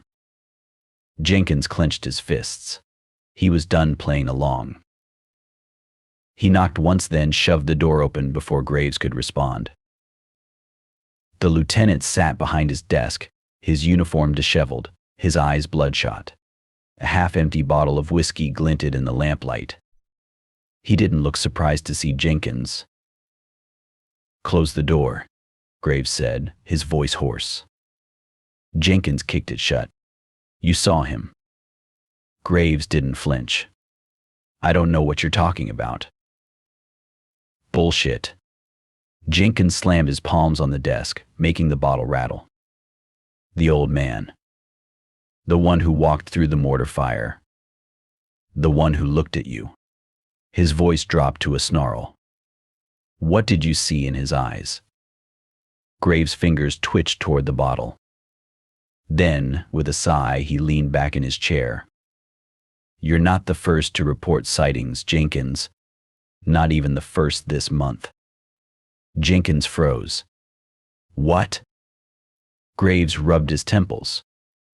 "There's a reason we rotate units out of Najaf every 6 weeks. A reason the brass scrubs reports. This city," he trailed off, his gaze distant. "It does things to men." Jenkins' stomach twisted. "You knew. This whole time you knew." "I follow orders," Graves snapped. "Just like you're supposed to." "Orders?" Jenkins laughed, the sound jagged. "You're covering up something you can't even explain. That thing in the streets, it's not human. And it's not just in our heads." Graves' jaw tightened. He reached into his desk drawer and slid a file across the desk. "Read it. Then burn it." Jenkins flipped it open. Inside were incident reports, dozens of them, spanning years. All from Najaf. All describing the same thing. A figure in white, untouched by bullets or explosions. Sightings dating back to the invasion. Further, his hands shook. "This is classified," Graves cut in. "Officially, it's mass hallucination, stress, heat. But unofficially," he took a swig from the bottle, "they call it the Watcher. And we don't engage, we don't investigate. We endure." Jenkins stared at him. "That's it? That's your answer. Just ignore it and hope it goes away." Graves' eyes were hollow. "What else is there? You want to tell the world the war's got ghosts? You want to be the guy who cracks open the door to whatever the hell that thing is?" He leaned forward, his breath reeking of whiskey. "Some doors stay shut for a reason, private." Jenkins shoved the file back at him. "It's not a door, it's a person. Or it was. Graves didn't take the file. Not anymore. Silence stretched between them, thick with unsaid truths. Jenkins finally stepped back. You're scared. Graves didn't deny it.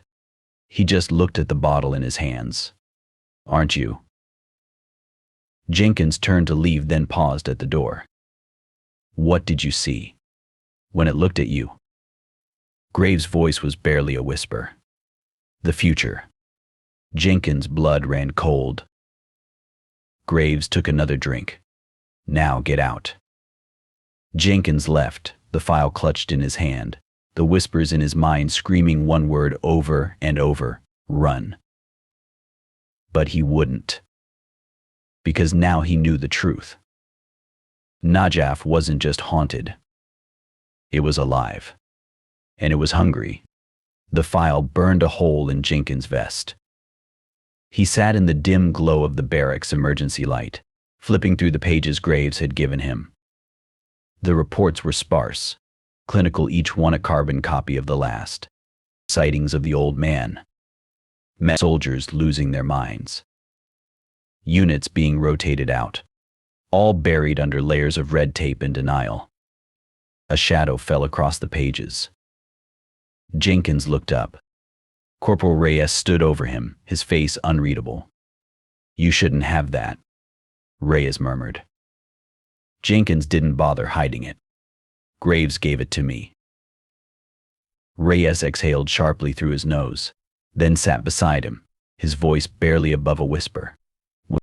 You think this is the first time someone's tried to dig? Jenkins stiffened. You knew about these? Reyes' fingers tapped a nervous rhythm against his thigh. Not these exact reports, but rumors, stories. He glanced toward the door, then leaned in. 2 years ago, a lieutenant in Mosul started asking questions after his squad saw something they couldn't explain. A week later, he was shipped home Section 8 discharge.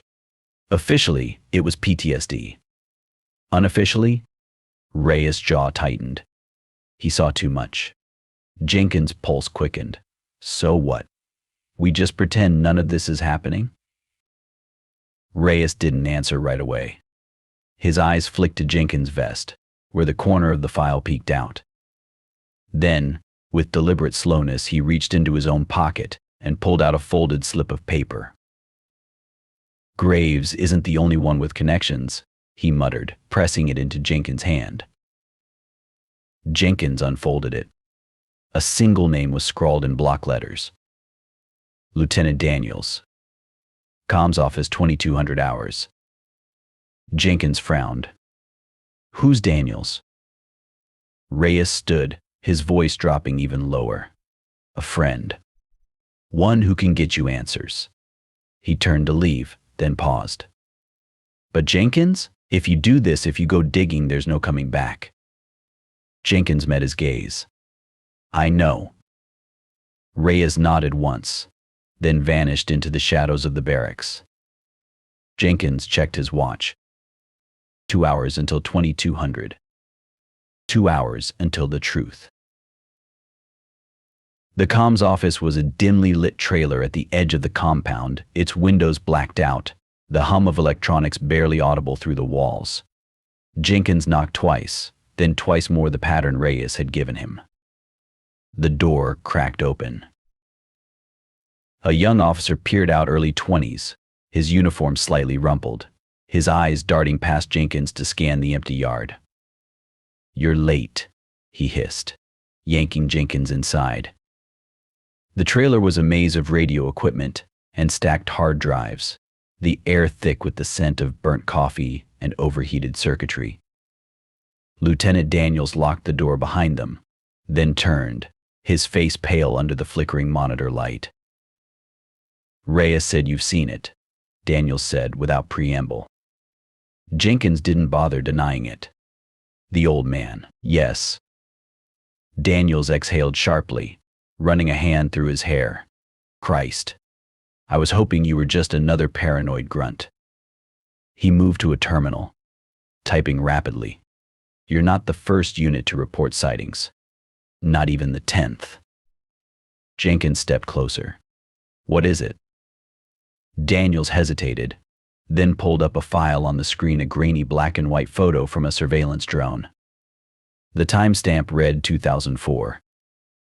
The image showed a street in Najaf, blurred figures running from an explosion.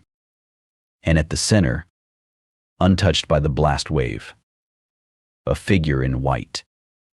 Jenkins' breath caught. That's him. Daniels nodded grimly. This is from the first major push into the city. The Watcher's sightings started then. But they're not just in Najaf. He pulled up another image, Fallujah, 2005. A Marine patrol, their faces contorted in terror, their rifles trained on an empty alley. Jenkins' skin prickled. You're saying this thing is all over Iraq? Worse. Daniels typed again, bringing up a map dotted with red markers. These are all confirmed sightings. Najaf, Fallujah, Mosul. And before that he zoomed out. The markers spread like a rash: Afghanistan, Bosnia, Vietnam. Jenkins' stomach dropped. How far back does this go? Daniels' voice was hollow.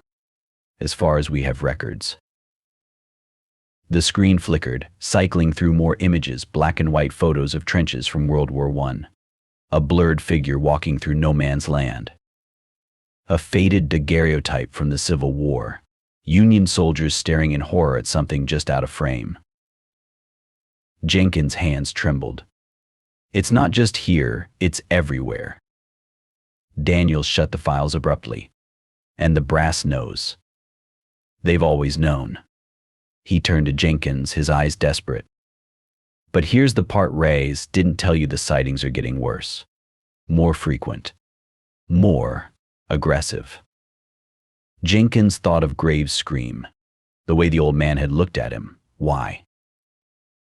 Daniels hesitated. Then, with a glance at the door, he leaned in. Because it's not just watching anymore. His voice dropped to a whisper. It's choosing.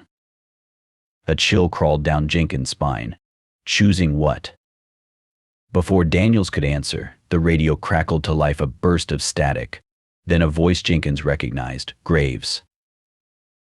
All units, be advised. Possible hostile movement near Sector 7. Patrols report visual contact.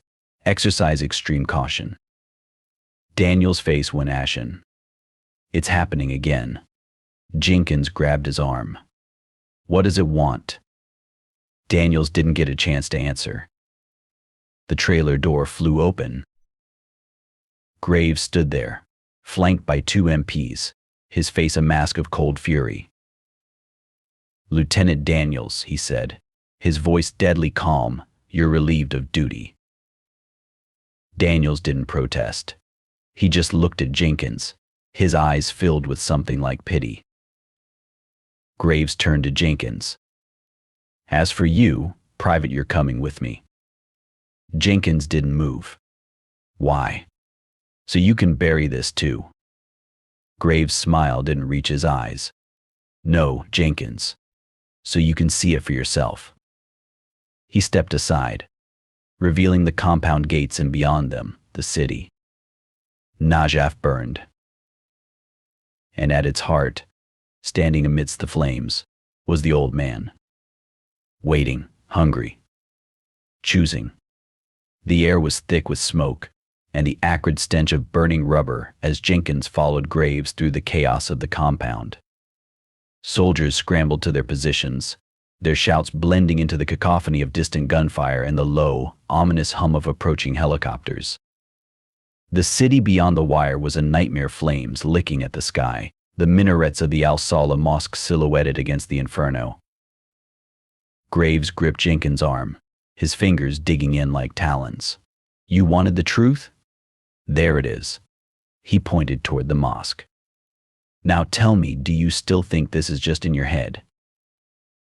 Jenkins didn't answer. His eyes were fixed on the figure standing at the mosque's entrance. The old man. White dobe, keffiyeh, hands folded behind his back. unmoved by the flames, unbothered by the screams. Jenkins' breath hitched. He's waiting. Graves' laugh was hollow. Not waiting, summoning. He released Jenkins' arm and turned to the MPs. Get him outfitted. Full kit. He's coming with us. Jenkins barely registered the hands shoving body armor over his shoulders, the weight of the rifle pressed into his grip. His mind was a storm of whispers, the file's revelations, the images Daniels had shown him. This wasn't just a ghost. This was something older, something hungry. The platoon assembled in tense silence. Cole, Reyes, Henson, their faces grim beneath their helmets. No jokes, no bravado. Just the shared understanding that they were walking into something none of them could explain. Graves addressed them with a voice like gravel. Listen up. The city's gone hot. Mahdi armies pushing hard, and the locals are rioting. Our orders are to secure the mosque and extract any civilians trapped inside. His gaze flicked to Jenkins. But we all know what's really out there. No one spoke. Graves adjusted his helmet. Stay sharp. Stay together. And for God's sake, don't look him in the eyes. They moved out. The streets of Najaf were a war zone. Gunfire echoed from every direction, the pavement slick with blood and shattered glass. Shadows darted between buildings. Insurgents, looters, terrified families fleeing the flames. The platoon advanced in staggered formation, rifles up, every sense screaming danger. The mosque loomed ahead, its great wooden doors scorched but intact. The old man was gone from the entrance, but Jenkins could feel him like a weight in the air, a pressure against his skin. Cole signaled a halt. Reyes, Henson covered the perimeter. Jenkins, Graves with me. Jenkins followed them up the steps, his pulse a drumbeat in his throat. The whispers in his mind grew louder, twisting into words he almost understood. Then they stepped inside. The mosque was eerily silent, the chaos of the city muted, as if by an invisible barrier. The prayer hall stretched before them, empty save for the flickering light of a single oil lamp near the mihrab. The air smelled of incense and something darker copper, like old blood. Graves' hand hovered over his sidearm. Where is he? A whisper. Jenkins spun. The old man stood at the center of the hall, his back to them, his dobe pristine. Cole raised his rifle. Turn around slowly. The old man obeyed. Jenkins' breath froze in his lungs. The face was the same, lined with age, weathered by time, but the eyes black, endless, swirling like smoke. Graves staggered back, a strangled noise escaping his throat. Cole's rifle trembled in his grip. The old man smiled. Then he spoke, not in Arabic, not in any language Jenkins knew. The words slithered into his mind, twisting like serpents, and suddenly he understood. You have seen. Jenkins' knees buckled. The whispers surged, 1,000 voices screaming at once. You have witnessed. Cole fired. The bullet passed through the old man's chest as if through mist, embedding itself in the far wall. The figure didn't flinch. Now you will know. The lamp flared bright, blinding, and the shadows moved. Not just darkness, but things, stretching from the corners of the hall, their forms shifting, their fingers too long, their mouths too wide. Graves screamed. Jenkins couldn't move, couldn't breathe.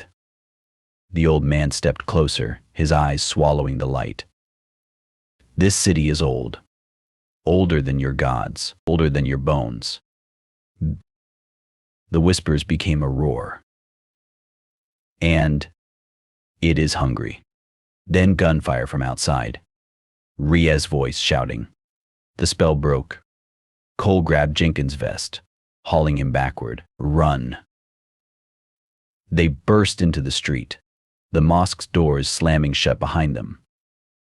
The platoon was already falling back, Reyes and Henson laying down covering fire as insurgents poured into the square. Jenkins didn't look back. He ran, his lungs burning, the old man's voice still echoing in his skull. You will know. They didn't stop until the compound gates were in sight. Graves collapsed against the sandbags, his face ashen. Cole doubled over, gasping for air. Henson wiped blood from his lip. What the hell was that? Jenkins turned toward the city. The mosque stood untouched amidst the flames, its minaret piercing the smoke-filled sky. And at its entrance, barely visible through the haze, the old man watched. Their eyes met one last time. Then he faded, like mist in the morning sun. Gone. But not forgotten. Never forgotten. Jenkins exhaled, the whispers in his mind settling into a single, terrible certainty. Najaf wasn't done with them. And whatever walked its streets. It was just getting started. The order to rotate out came at dawn. Jenkins sat on the edge of his cot, staring at the empty pages of his journal. The ink had dried on his pen hours ago, but the words wouldn't come. How could he document what had happened in that mosque? How could he explain the whispers, the shadows, the thing wearing the old man's face? The barracks door creaked open. Sergeant Cole stood in the frame, his uniform crisp, his expression unreadable. Convoy leaves in 20. Pack it up. Jenkins didn't move. They're just going to pretend it never happened. Cole's jaw tightened. He stepped inside, shutting the door behind him. Listen to me, kid. You got a second chance. Don't waste it digging into something that'll only get you killed. Jenkins flipped open his journal to a half-finished sketch, the old man's face, his hollow eyes. I need to know what we saw. Cole snatched the journal, ripping out the page. He crumpled it in his fist. You don't. Some doors stay shut for a reason. He tossed the ruined sketch into a nearby trash can, where it landed atop a dozen others' reports, photos, all marked classified and hastily discarded. Jenkins exhaled sharply. They already scrubbed everything, didn't they? Cole didn't answer. He didn't need to. Outside, engines roared to life. The platoon was loading up, their faces drawn, their eyes hollow. No one spoke of the mosque. No one mentioned the old man. Jenkins slung his pack over his shoulder, the weight of it suddenly unbearable. As he stepped into the sunlight, he caught a glimpse of Graves hunched over a radio in the command tent, his hands shaking as he shredded documents. Henson nudged him toward the waiting truck. Come on, new guy. Time to go. Jenkins climbed in, the metal bench cold against his legs. The convoy rumbled forward, the compound shrinking in the distance. Najaf's minarets watched them go, their shadows stretching long across the sand. And as the city faded into the haze, Jenkins could still hear them. The whispers, the hunger, the promise. Soon. He closed his eyes. The journal in his pocket was empty. But his mind would never be. The wheels of the plane touched down on American soil with a jolt that sent Jenkins' rifle clattering against the seat next to him. He hadn't let it out of his sight since Najaf, as if the weight of it could keep him grounded. Around him, the other soldiers cheered, slapping each other's backs, their laughter too loud, too relieved. Jenkins stayed silent. Outside the window, the tarmac shimmered under the midday sun. Families waved flags, their faces alight with welcome. A banner read Homecoming Heroes. Jenkins' stomach twisted. Heroes. If they only knew. Home wasn't home anymore. Jenkins sat on the edge of his childhood bed, his fingers tracing the familiar cracks in the ceiling. His mother had left his room untouched, posters of bands he no longer listened to, trophies from sports he no longer cared about. As if he could slip back into the person he'd been before. As if that person still existed. The whispers followed him here. Not as loud as in Najaf, but persistent, a low hum beneath his thoughts, like a radio left on in another room. Sometimes, in the dead of night, he swore he heard the old man's voice threading through them. You will know. He shuddered. The VA office smelled like antiseptic and stale coffee.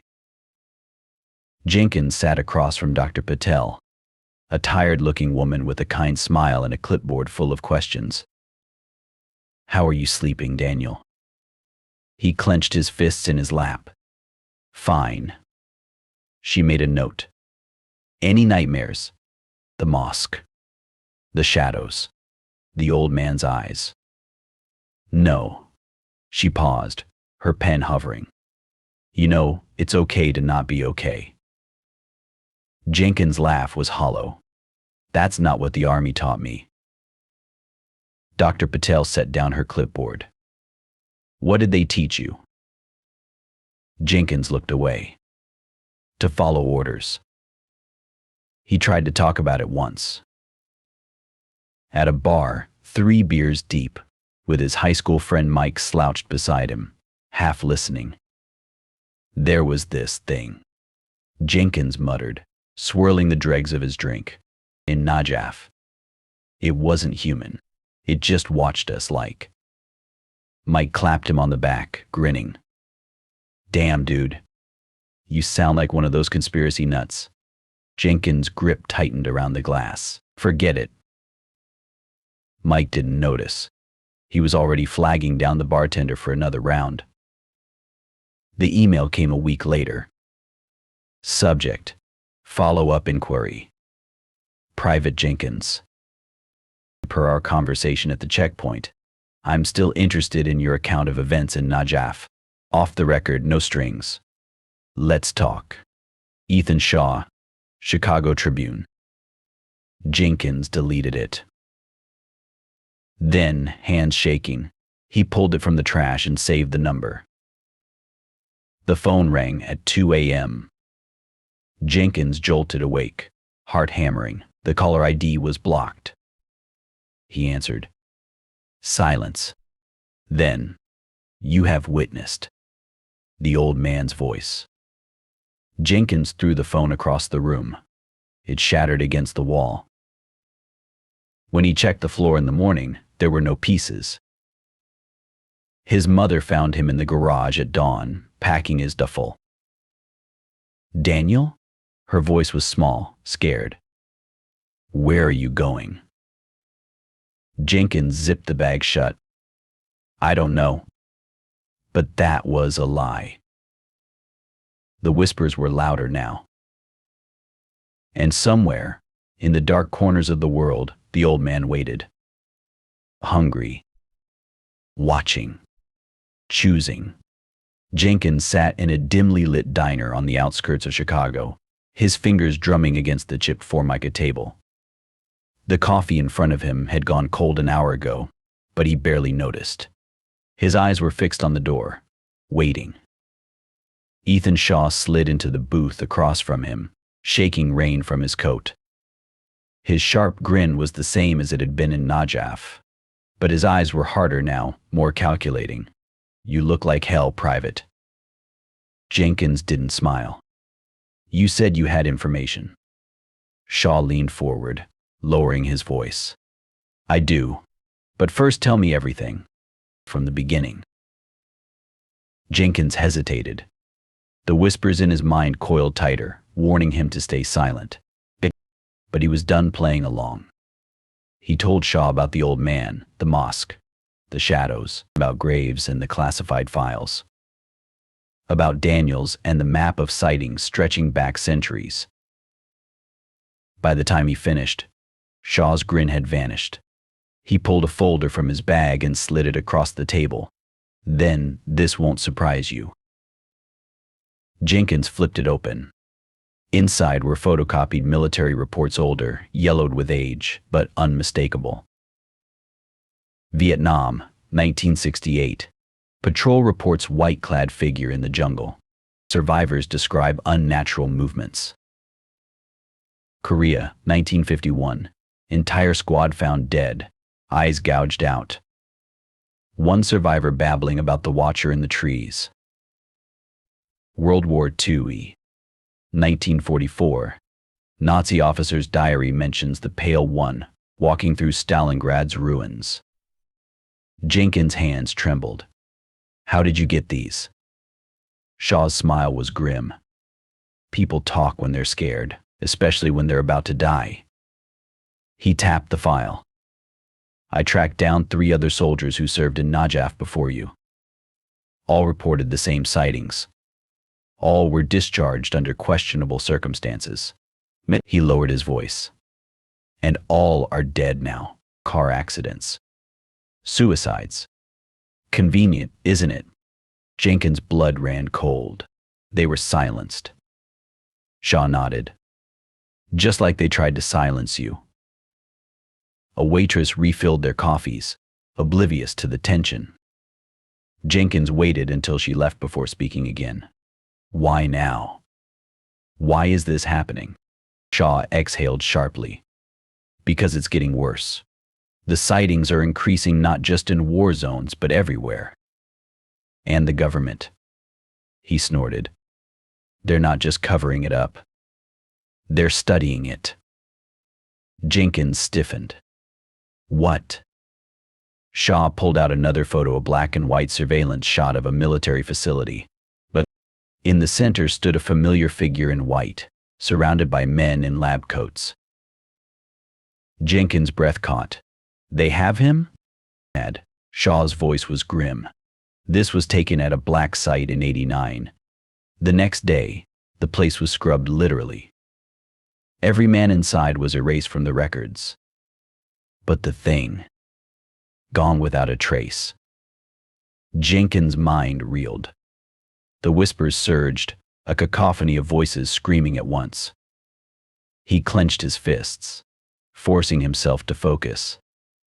What do they want with it? Shaw's eyes darkened. Power. Control, the same thing they always want. He leaned in. But here's the kicker, I don't think it's working. I think it's using them. The diner's lights flickered.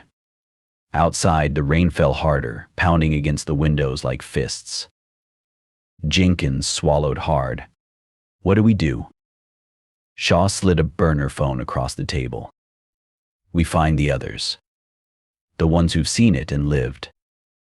Before the government, or the thing itself gets to them first. Jenkins pocketed the phone, the weight of it heavy against his leg. The whispers in his mind had gone silent. For the first time, he knew why. They were listening. And so was the old man. Shaw tossed a 20 on the table and stood. Welcome to the conspiracy, Private. As they stepped into the storm, Jenkins couldn't shake the feeling. The game had just begun. And the rules were written in blood. The safe house was a crumbling brownstone in a part of Chicago the city had forgotten. Jenkins followed Shaw up the creaking stairs, the scent of mildew and old cigarettes thick in the air. His hand hovered near the concealed pistol in his jacket. Shaw's insistence. You'll want firepower when you meet him, Shaw had said. Not that it'll help. The door at the top of the stairs was reinforced steel, out of place in the decaying building. Shaw knocked 3 times, paused, then twice more. A series of locks disengaged, and the door swung inward to reveal a gaunt man in his 50s, his wild gray hair haloed by the blue glow of a dozen computer monitors. Malcolm Vickery, Shaw said, stepping inside. This is Jenkins. Vickery's eyes bloodshot and too wide locked onto Jenkins. You've seen him. It wasn't a question. Jenkins' skin prickled. The old man. Vickery let out a wheezing laugh and shuffled back into the room, gesturing for them to follow. Old? Oh, he's far older than that. The apartment was a shrine to obsession. Newspaper clippings, maps, and grainy photographs covered every inch of the walls, connected by a labyrinth of red string. Jenkins recognized some of the headlines: entire platoon vanishes in Afghan mountains. Pentagon denies supernatural claims in Iraq, but others were decades old, their edges yellowed. Vicky collapsed into a chair strewn with empty energy drink cans. They've been covering him up since before the Cold War. Longer, if you know where to look.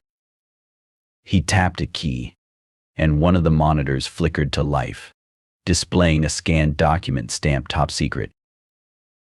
Jenkins leaned closer. The date read 1952. Project Watchman. Preliminary findings confirm Entity 07 exhibits non-human properties. Recommend immediate containment and further study. Note: subjects exposed to Entity 07 exhibit severe psychological deterioration. See Addendum 12A. Shaw crossed his arms. Tell him about the patterns. Vickery's fingers flew across the keyboard, pulling up a global map dotted with red markers. Sightings cluster around conflict zones.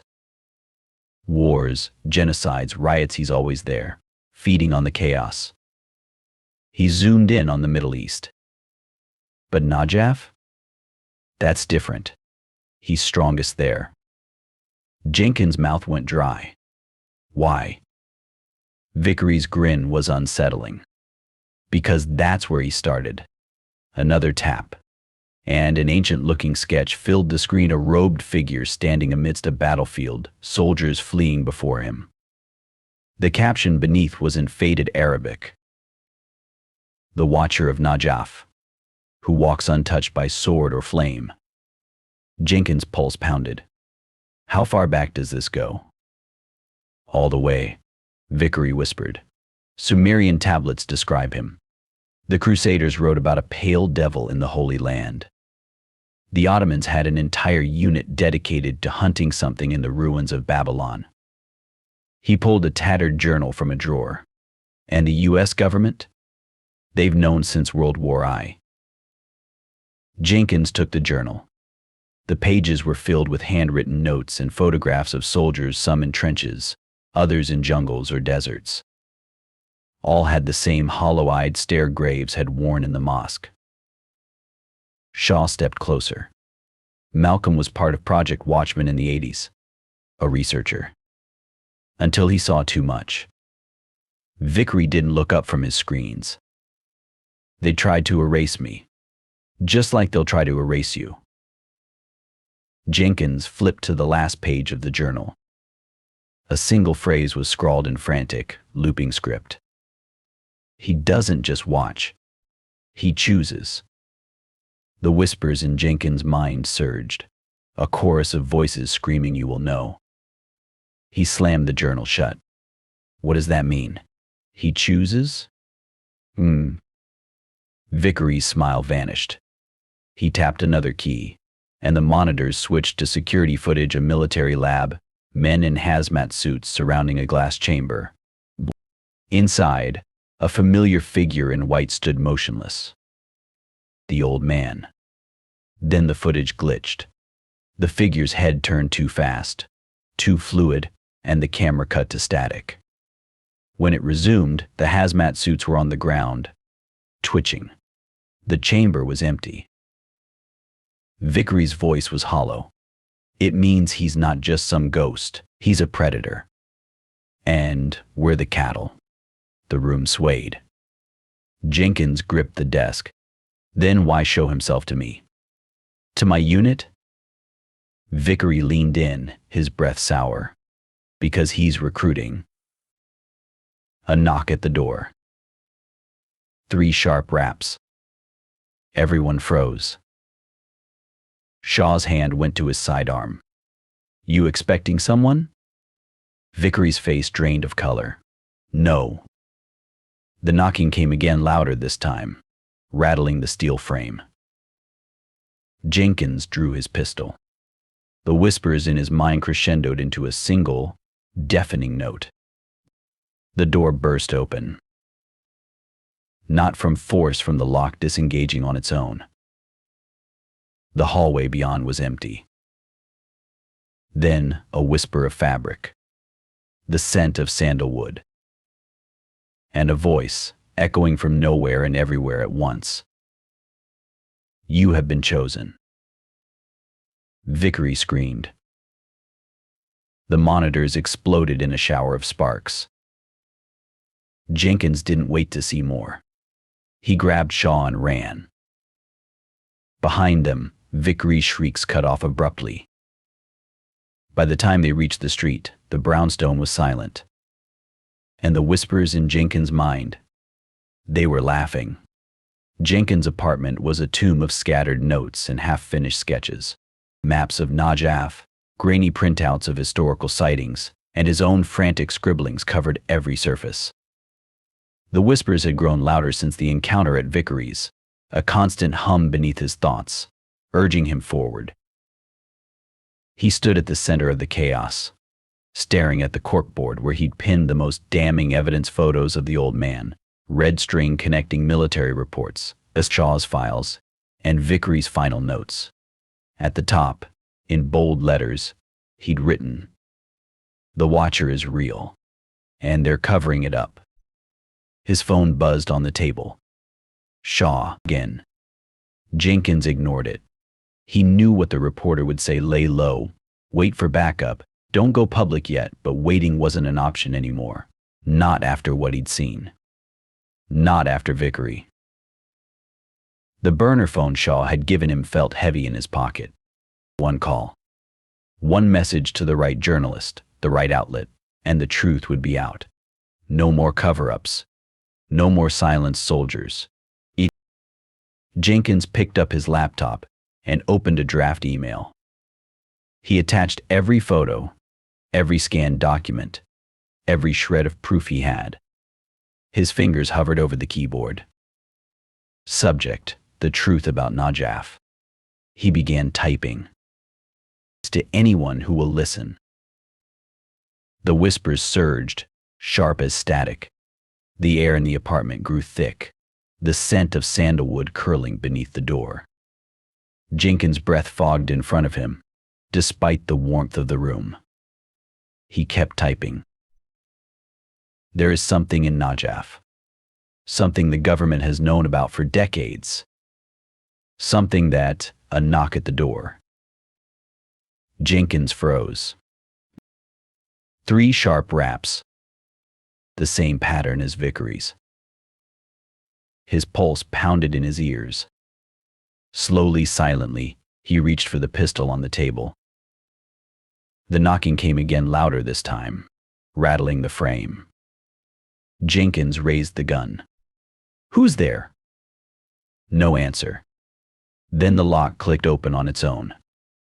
The door creaked inward, revealing an empty hallway. Jenkins' finger twitched on the trigger. A whisper of fabric. The old man stood in the doorway. White thobe. Cafe eye. Hands folded behind his back. His eyes black, endless, locked onto Jenkins. "You were warned." Jenkins fired. The bullet passed through the figure, as if through smoke, embedding itself in the wall behind him. The old man didn't flinch. He stepped inside, the door slamming shut behind him. Jenkins backed toward the laptop, his free hand scrambling to hit send. The old man tilted his head. Futile. The screen flickered. The email vanished, replaced by a single line of text. Access denied. Jenkins' breath came in short gasps. "What do you want?" The old man smiled. "You know." Then sirens. Outside, tires screeched. Boots pounded up the stairs. The old man didn't turn. Too late. The apartment door burst open, not from supernatural force, but from a battering ram. Black-clad SWAT officers flooded in, rifles raised. Down on the ground. "Now." Jenkins dropped the pistol, hands raised. "Wait, you don't understand. He's here. He's..." The officers didn't react to the old man standing beside them. One kicked Jenkins' legs out from under him, wrenching his arms behind his back. "Daniel Jenkins, you're under arrest for violation of the Espionage Act." Cold metal cuffs snapped around his wrists. The old man watched, unmoved, as they dragged Jenkins to his feet. "You should have listened." Then a flicker. A whisper, "Gone." The officers hauled Jenkins into the hallway, past neighbors peering through cracked doors. The last thing he saw before they shoved him into the armored van was his apartment agents in suits already inside, methodically confiscating every note, every photo, every shred of proof. The laptop snapped shut. The corkboard dismantled. The truth erased once more. As the van doors slammed, sealing him in darkness, the whispers in Jenkins' mind finally fell silent. But the old man's voice remained, echoing in the hollows of his skull. "This is not the end." And Jenkins knew it was only the beginning. The cell was cold, the concrete floor leaching the warmth from Jenkins' bones. He sat with his back against the wall, his wrists raw from the cuffs they'd only just removed. No windows, no clock. Just the hum of fluorescent lights and the occasional shuffle of the guard outside his door. Sleep was impossible. When it finally came, it wasn't rest, it was a trapdoor into something darker. Jenkins stood in the ruins of the Al-Salah Mosque. The air smelled of smoke and old blood, the walls scarred by bullet holes and fire. The mihrab loomed ahead, its intricate carvings now jagged, broken, as if something had clawed its way out from within. Then, a whisper. The sound of fabric rustling. He turned. The old man stood behind him, closer than ever before. His thobe was no longer white, but stained the color of dried roses. His keffiyeh hung in tatters. And his eyes. Jenkins recoiled. They weren't just black now. They were empty. Gaping holes into nothingness, as if something had reached in and scooped them out.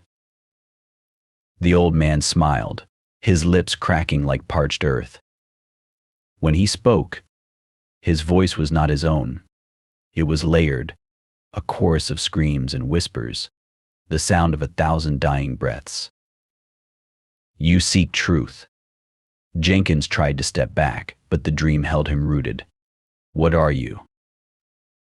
The thing wearing the old man's face tilted its head. A warning. A herald. The last light before the dark. It raised a hand. Skeletal fingers uncurling like a spider's legs. "You have been chosen, Daniel Jenkins. But choice has a cost." The dream shifted. The mosque melted away, replaced by a battlefield not Najaf, not any war Jenkins recognized. Men in ancient armor fled from something unseen, their faces twisted in terror. The sky rained ash. The earth trembled. And at the center of it all, the old man stood, untouched. "I have walked 1,000 battlefields," the thing whispered, "fed on 1,000 wars. But this time is different." The vision shattered. Jenkins gasped as the dream hurled him into another scene, his squad, kneeling in the desert, their hands bound. Graves, his eyes gouged out, his mouth sewn shut. Shaw, his press badge broken, his fingers clutching a ruined camera. The old man loomed over them, his form flickering, distorting, like a signal losing strength. "The truth will burn you," it rasped. "It will hollow you out. But you must carry it, you must speak it, or all will be lost." Jenkins' throat tightened. "Why me?" The old man's grin split his face too wide. "Because you looked back." Then pain. White-hot, searing, as the thing lunged forward and pressed a skeletal finger to Jenkins' chest. His ribs cracked open like a book, and the whispers rushed in, filling him, drowning him. Jenkins jolted awake, his scream echoing off the cell walls. His skin was slick with sweat, his heart hammering against his ribs. The guard outside pounded on the door. "Keep it down in there." Jenkins barely heard him. The dream clung to him like a second skin, the old man's words branded into his mind. Choice has a cost. He pressed his palms to his temples, the whispers now a roar. And beneath them, a new voice, his own, but not his own, twisted by something ancient and hungry. "They will come for you soon. When they do, run." Jenkins exhaled sharply. The guard's radio crackled outside. Muffled voices. The clank of boots. Too many boots. The whispers surged. Urgent now. Run. Jenkins stood, his muscles coiled. The door unlocked. And somewhere, in the spaces between worlds, the old man watched. Waiting. Hungry. Choosing. Jenkins sat in the interrogation room, the cuffs chafing his wrists, the fluorescent light humming overhead. The men across the table, one in a military uniform, the other in a suit too crisp for the hour, had been talking at him for what felt like hours. Classified national security psychological evaluation. The words blurred together, white noise beneath the whispers that never truly left him. The suit slid a piece of paper across the table. "Sign this, and you walk. Deny everything. No charges, no record. Just a quiet discharge and a pension." Jenkins stared at the document.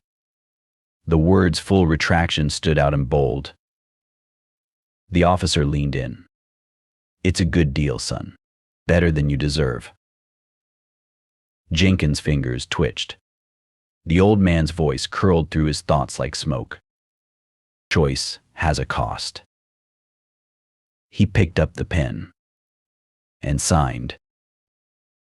The apartment they gave him was small, sterile, a furnished box with no history and no windows. Jenkins sat on the edge of the bed, staring at the blank TV screen. His reflection stared back, hollow-eyed and unfamiliar. The whispers had quieted since his release. Not gone. Just waiting. His burner phone buzzed. "Shaw, they're watching you. Don't call. Don't write. If you're still in, meet me at the old place. Midnight." Jenkins turned the phone over in his hands. Then he removed the battery and tossed both into the trash. He was done. The dreams didn't stop. Every night, the old man came, sometimes in the ruins of the mosque, sometimes on battlefields Jenkins didn't recognize. Always watching. Always whispering. "You looked back. You looked back." Jenkins stopped sleeping. He found the first surveillance van outside his building a week later. The second was outside the grocery store. The third followed him to the VA parking lot. He didn't care. Let them watch. They wouldn't see what he saw. The letter arrived on a Tuesday. No return address. Inside, a single photograph.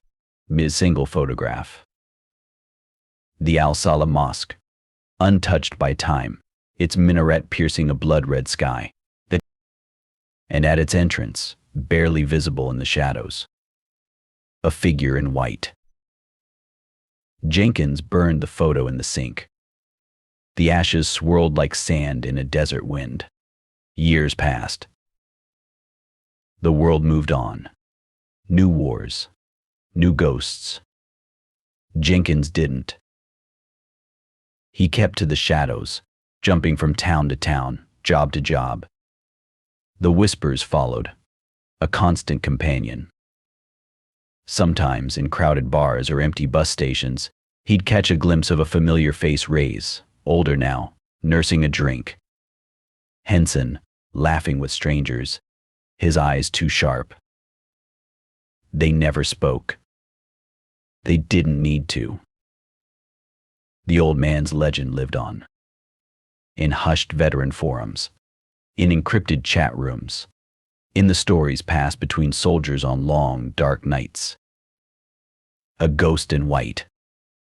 A watcher in the ruins. A warning. Jenkins never told his version. Some mysteries were better left buried. But in the silence of his rented rooms, when the nightmares pressed too close, he'd whisper the truth to the walls. He's still out there. And he's hungry. The walls never answered. But the whispers did. Always.